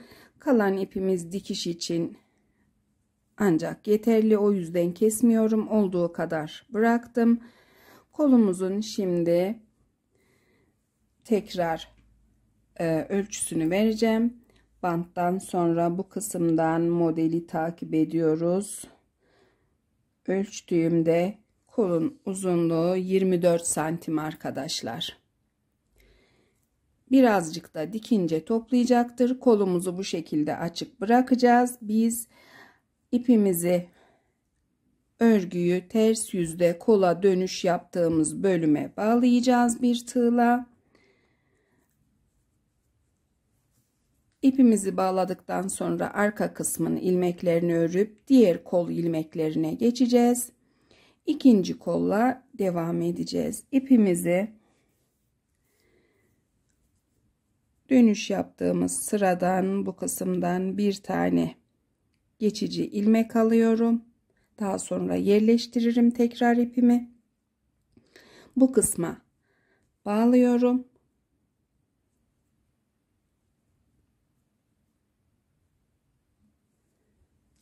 İlmeklerimizi de 3 numara şişe almıştım.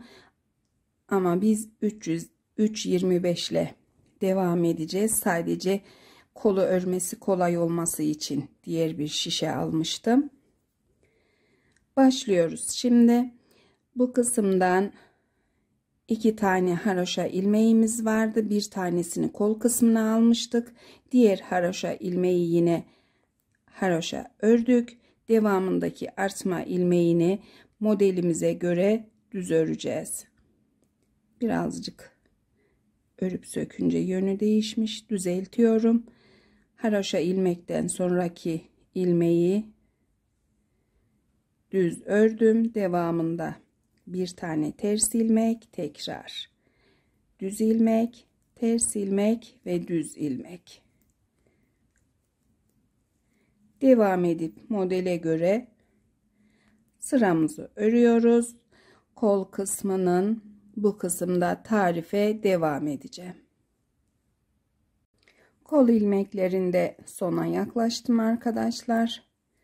Kalan ilmeklerimi örüyorum.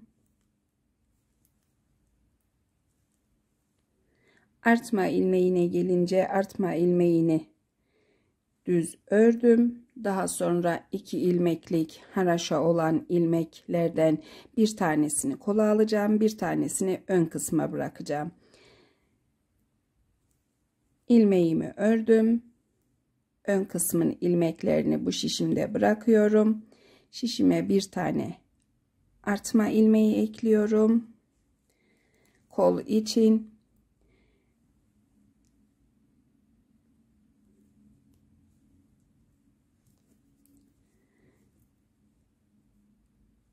Eklediğim ilmeği kenar ilmeği olarak örüyorum.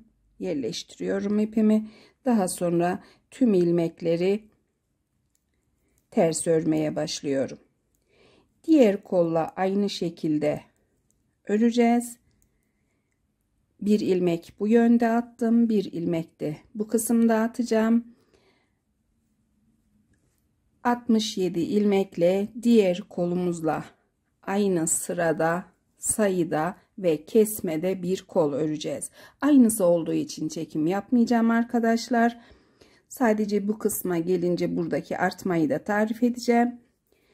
Devam edip artmamı tarif ediyorum.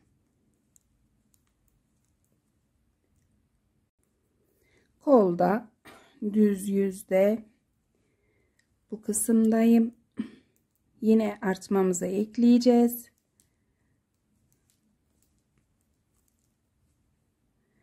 İki ilmeklik haroşa olan bölüme geldik. İlmeğimizin bir tanesini kol için ördük. Diğer ilmeği arkası için bıraktık. Bir tane şişimize artma ekledik. Örgünün ters yüzüne dönüp kol kısmını ters yüzden örmeye başlıyoruz.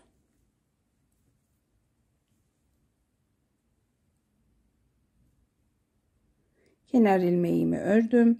Daha sonra ilmeklerimi modele göre hesaplıyorum. Ters ilmek, düz ilmek, ters ilmek ve düz ilmekle başlıyorum.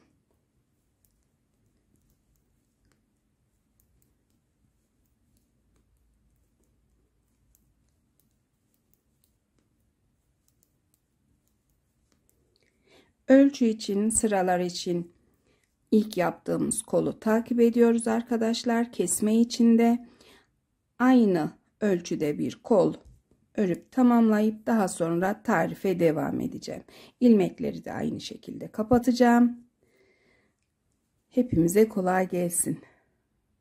Hırkamızda ikinci kolu da tamamladım arkadaşlar. İlmeklerimi kapattım. Diğer kol dikişini yaptım. Bu şekilde görmeniz için tığla birleştirdim. Kalan ipimi yine bu kısımda bıraktım. Şimdi ikincisini de size de tarif edeceğim. İlmekleri kapattıktan sonra bu ilmeğimi tığıma alıyorum. Diğerinde ilmeği kapatmıştım. Tekrar açtım. Tığıma aldım.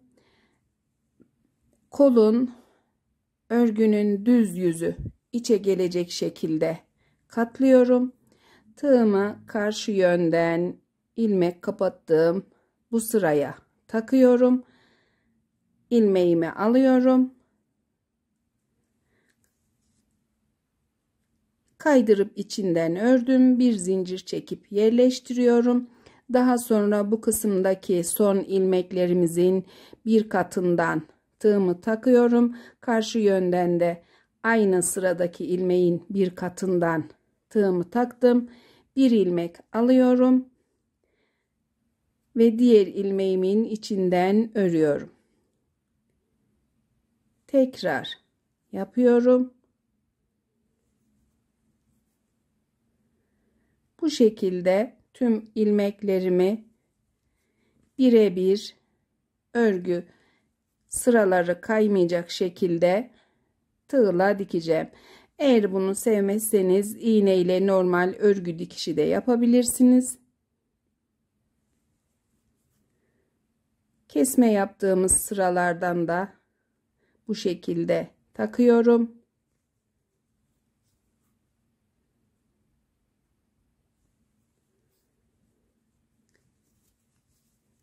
Düz yüzde de görüntüsü bu şekilde. Diğer kolda da tamamen bitmiş hali. İkinci kolun dikişini tamamladıktan sonra son ön parçanın bu kısma ipimizi takacağız. Eğer düğüm istemiyorum, koparmayacağım bu ipi. Bir tane ilmek alıp bu kısımdan örerek daha sonra beden kısmına devam edeceğiz. Dikişimi tamamlıyorum. İkinci kol dikişini de yaptım arkadaşlar. İpimi kesmek istemiyorum bu kısımda düğüm olmasın diye. İlmeği kapatıp ipimi bu şekilde yerleştirdim. Kolu çeviriyorum.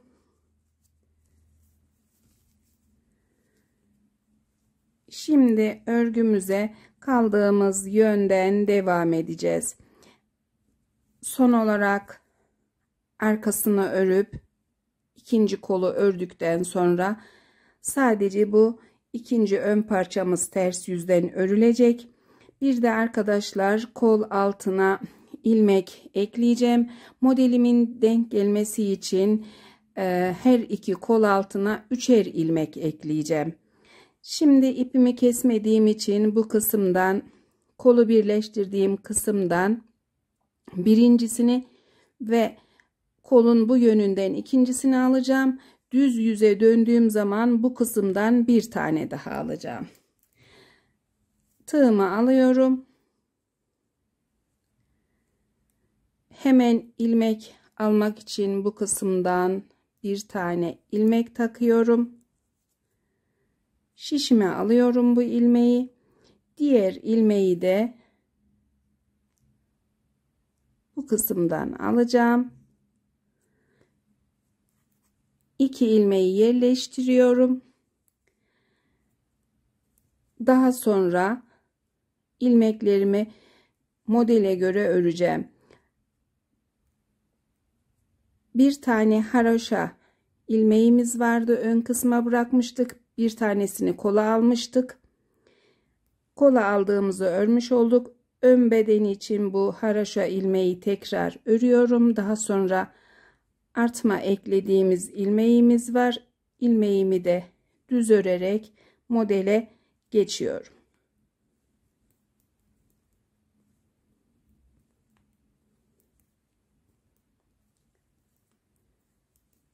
Ters yüzden sıramı tamamlıyorum. Düz yüzde bu kısımda tarife devam edeceğim. Düz yüzdeyim. Kalan son ilmeklerimi ters örüyorum. Şimdi bu kısımdan bir tane daha ilmek takacağız. Haroşa sıraların bu kısmından örgümü bu şekilde tutuyorum ve tam bu bölümden bir tane ilmek alıyorum. Bu şekilde yerleştiriyorum. Daha sonra arka kısmın ilmeklerini ters örmeye başlıyorum. Kol altında 3 tane ilmek eklemiş olduk arkadaşlar.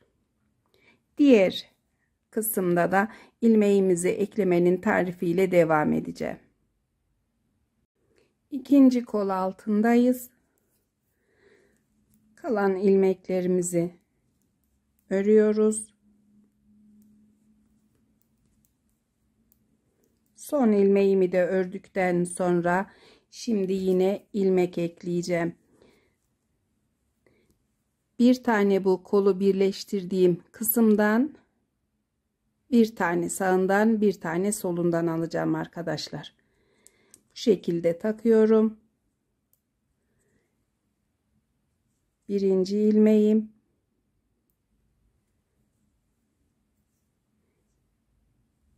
ikinci ilmeğim, bu kısımdan da üçüncüsünü aldım. Daha sonra diğer ön ilmeklerine geçip örmeye başlıyorum.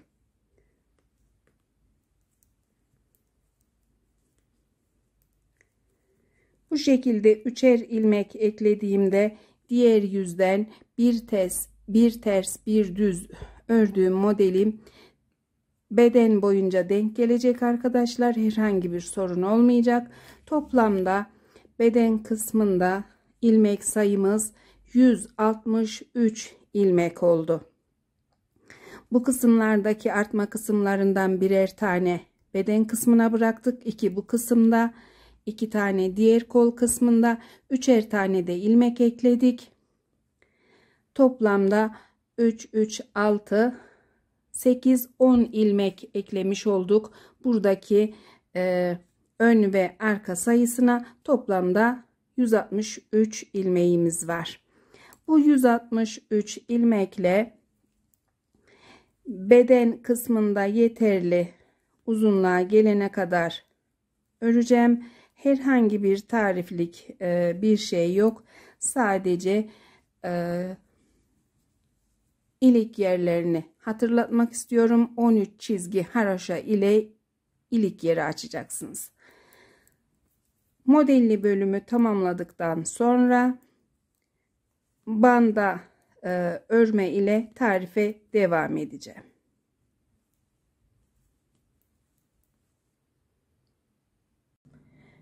Hırkamın beden kısmında modelli kısmı tamamladım arkadaşlar.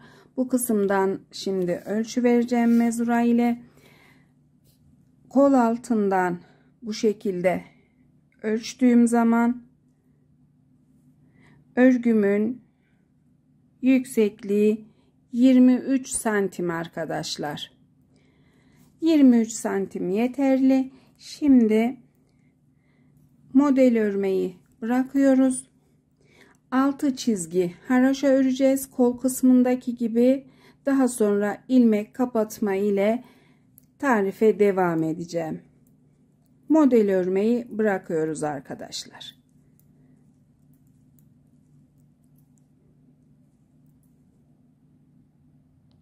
6 çizgi haroşayı tamamladım arkadaşlar. Şimdi ilmeklerimizi kapatacağız. İlmeklerimizi yine kol kısmında yaptığım gibi kapatacağım.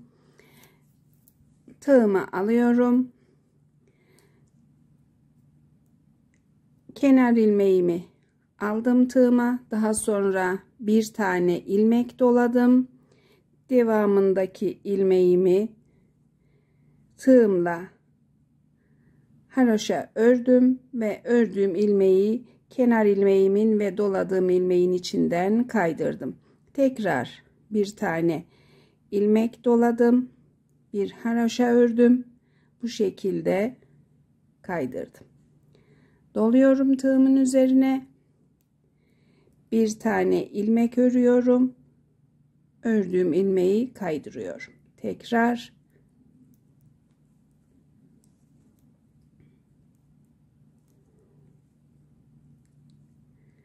bu şekilde ilmeklerimin tamamını kapatacağım.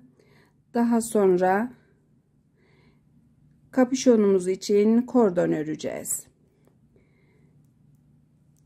İlmeklerimi kapatıp kordon tarifiyle devam edeceğim.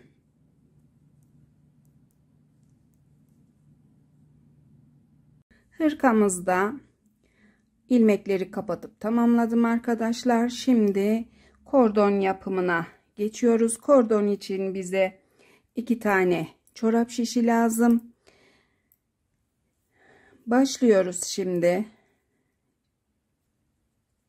Azıcık ip bırakıyorum bu kısımda ve şişime 3 ilmek atacağım. 1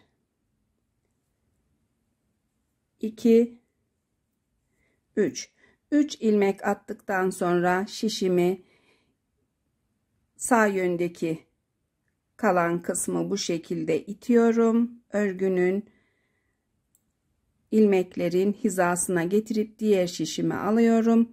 Birinci ilmeğimi örüyorum, düz ördüm. İkinci ilmeğimi de aynı şekilde düz örüyorum. Üçüncü ilmeği de düz ördüm. İpimiz sol yönde kalacak. Biz yine şişimizi bu şekilde itiyoruz. Diğer şişi alıp yine ilmeklerimizi düz örüyoruz.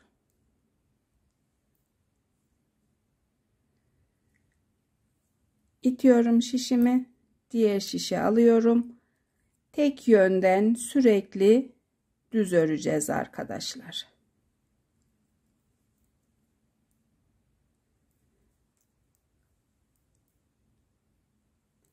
Yine ittim.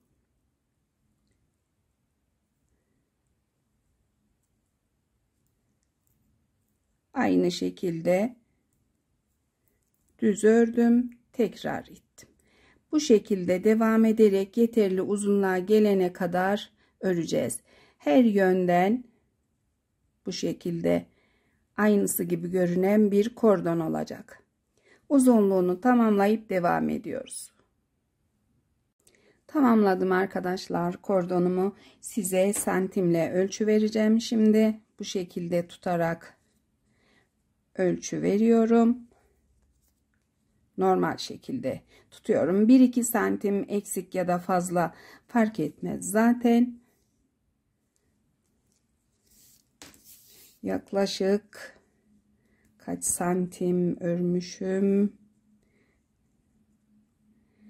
1,26 santim arkadaşlar. 1 metre 26 santim kordonumun uzunluğu. Bu kordonumuzu bir tane çatal iğne ile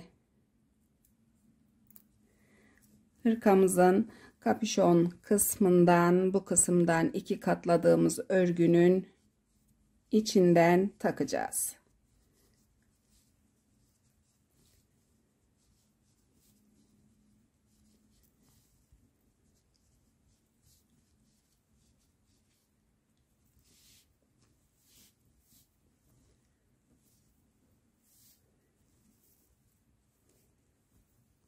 Bağlamak için de bize yeterli mesafesi var arkadaşlar. Bu şekilde. Şimdi diğer işleme geçebiliriz. Bir tanesini yapıp hazırladım. Kapüşonumuz için kulak öreceğiz. Kulak öreceğimiz parçayı 25 ilmekten başladım. Yine modelli hırkamdaki modelden yaptım. Diğer yüzü de bu şekilde.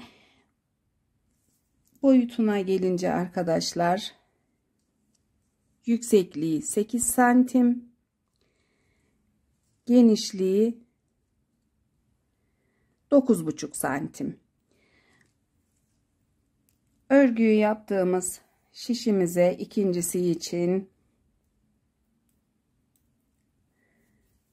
25 ilmek atacağız.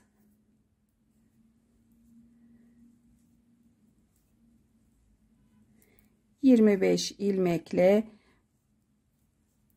yapacağız bu parçamızı da.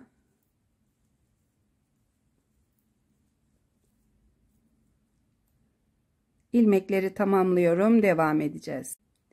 Tamamladım ilmeklerimi. 2 4 6 8 10 12 14 16 18 20 22 24 25 ilmekleri attıktan sonra ilk sıramızı bir ters bir düz öreceğiz arkadaşlar. Ters ilmeğimi ördüm, düz ilmeğimi örüyorum. Ters ilmeğim, tekrar düz ilmeğim, yeniden ters ilmek, düz ilmek ve ters ilmek. Modeli ördüğümüz gibi bu şekilde devam edeceğiz. Sıralarını da söylemek istiyorum size ölçü için. Son ilmekleri bu kısımdan saydığımız zaman 2 4 6 8 10 12 14 16 tane. Son ilmeğiniz 16 tane olana kadar devam ediyorsunuz. Daha sonra bu kulakların dikimiyle tarife devam edeceğim. Kulak parçasının bir tanesini hazırlayıp şekil verdim arkadaşlar. Bu şekilde kapüşon kısmına dikeceğiz. Diğerini ise tarif etmek için bıraktım. İğnemi taktım. Bu kısımda dikmek için ip bırakmıştım. Düz yüzü içe gelecek şekilde katlıyoruz. Dikdörtgen bir parça haline getiriyoruz. Daha sonra her iki yan dikişlerini kapatacağız, dikeceğiz bu kısmı. İğnemi bu kısımdan son ilmekleri takıyorum. Daha sonra bu son ilmeklerin iç kısmından dikiyorum.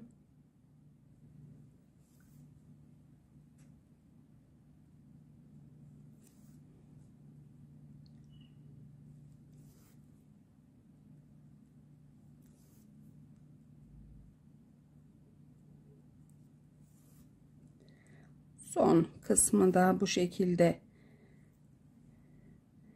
dikip sıkılıyorum arkadaşlar. Ve keseceğim ipimi.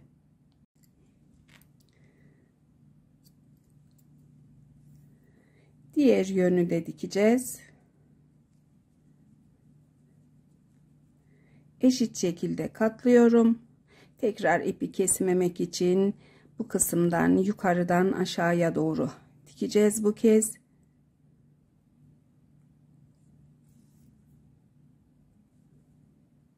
Yine son ilmeklerden takarak dikiyoruz.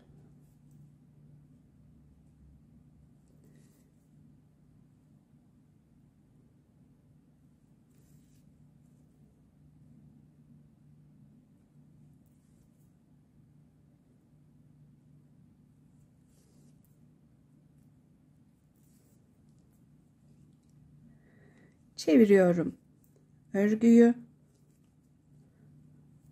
Uç kısımlarını düzeltiyorum. Bu ipimizi de içine katlayacağız. Şimdi iğneyi düz yüze çıkıyoruz. Daha sonra tel yapar gibi dikeceğiz.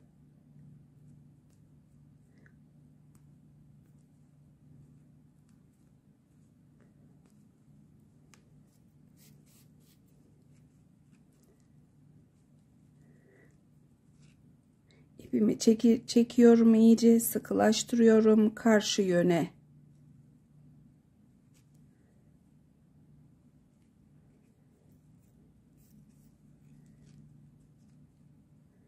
Geçtim ve iyice sıkıladım. Daha sonra bu kısımlardan birkaç tane daha sıkılamak adına dikiş yapacağım.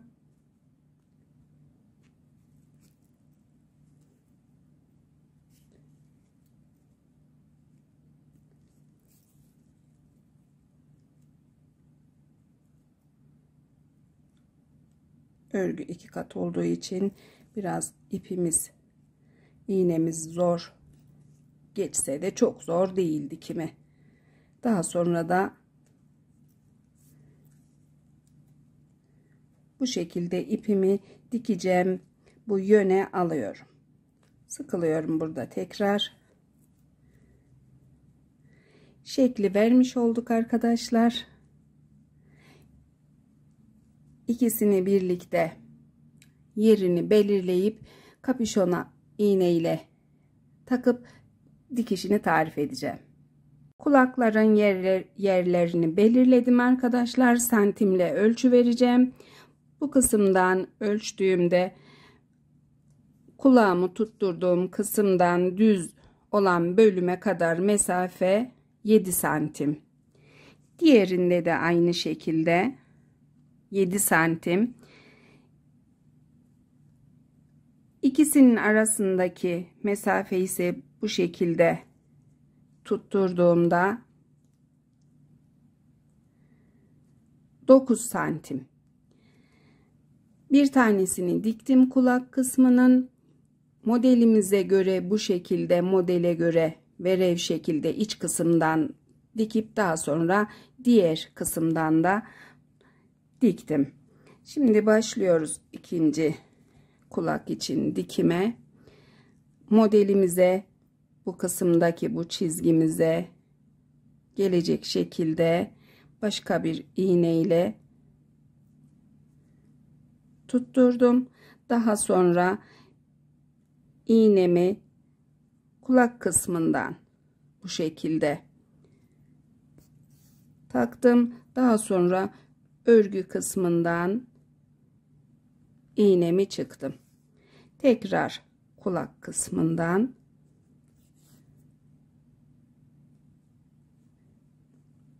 ve örgü kısmından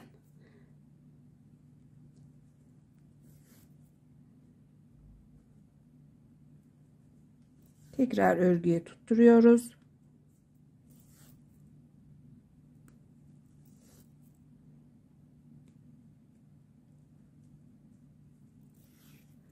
İğnemi çekiyorum.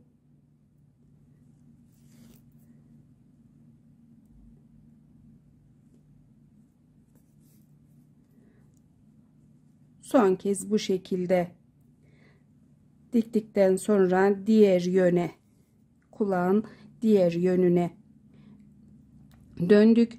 Aynı şekilde örgümüzden iğnemizi takıyoruz. Daha sonra kapüşon kısmına.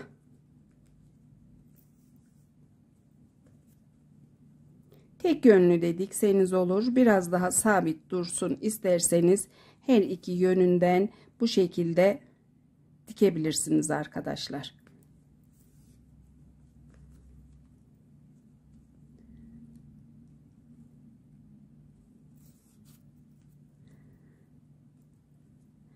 İlk yarısını diktikten sonra yine iğnemi düz yüze çıktım.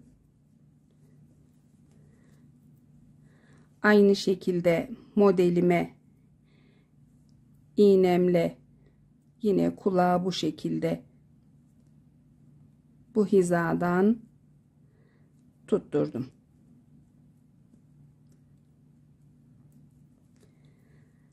İlk önce iç kısımdan, daha sonra diğer yönden dikeceğim.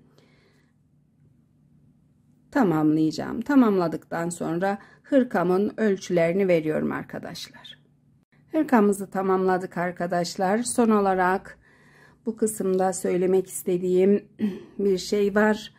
3 yumağı tamamen bitirdik. 4. yumağımdan 1, 2, 3, 4, 5 çizgi haroşa ördüm. Daha sonra kordonu ve kulakları 4. yumaktan ördüm arkadaşlar. Hırkamızın büyüklüğü de kullandığımız ipe göre çok küçük olmadı. Ölçülerini vereceğim. Şimdi düğmelerini kapattım. Olduğu gibi düzeltiyoruz.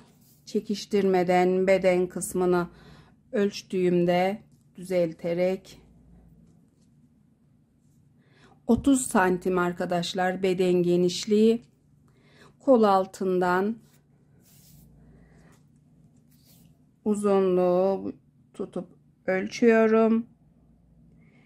27 santim. Kol genişliği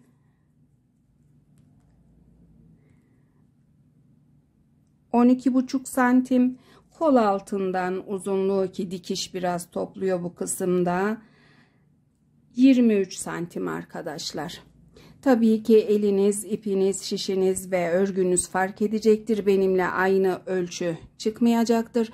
Kapşon kısmını da örerken santimlemiştim. Hırkamızın büyüklüğü arkadaşlar 3 yaşa göre gayet böyle rahatlıkla giyebileceği 3 yaşın bir hırka oldu.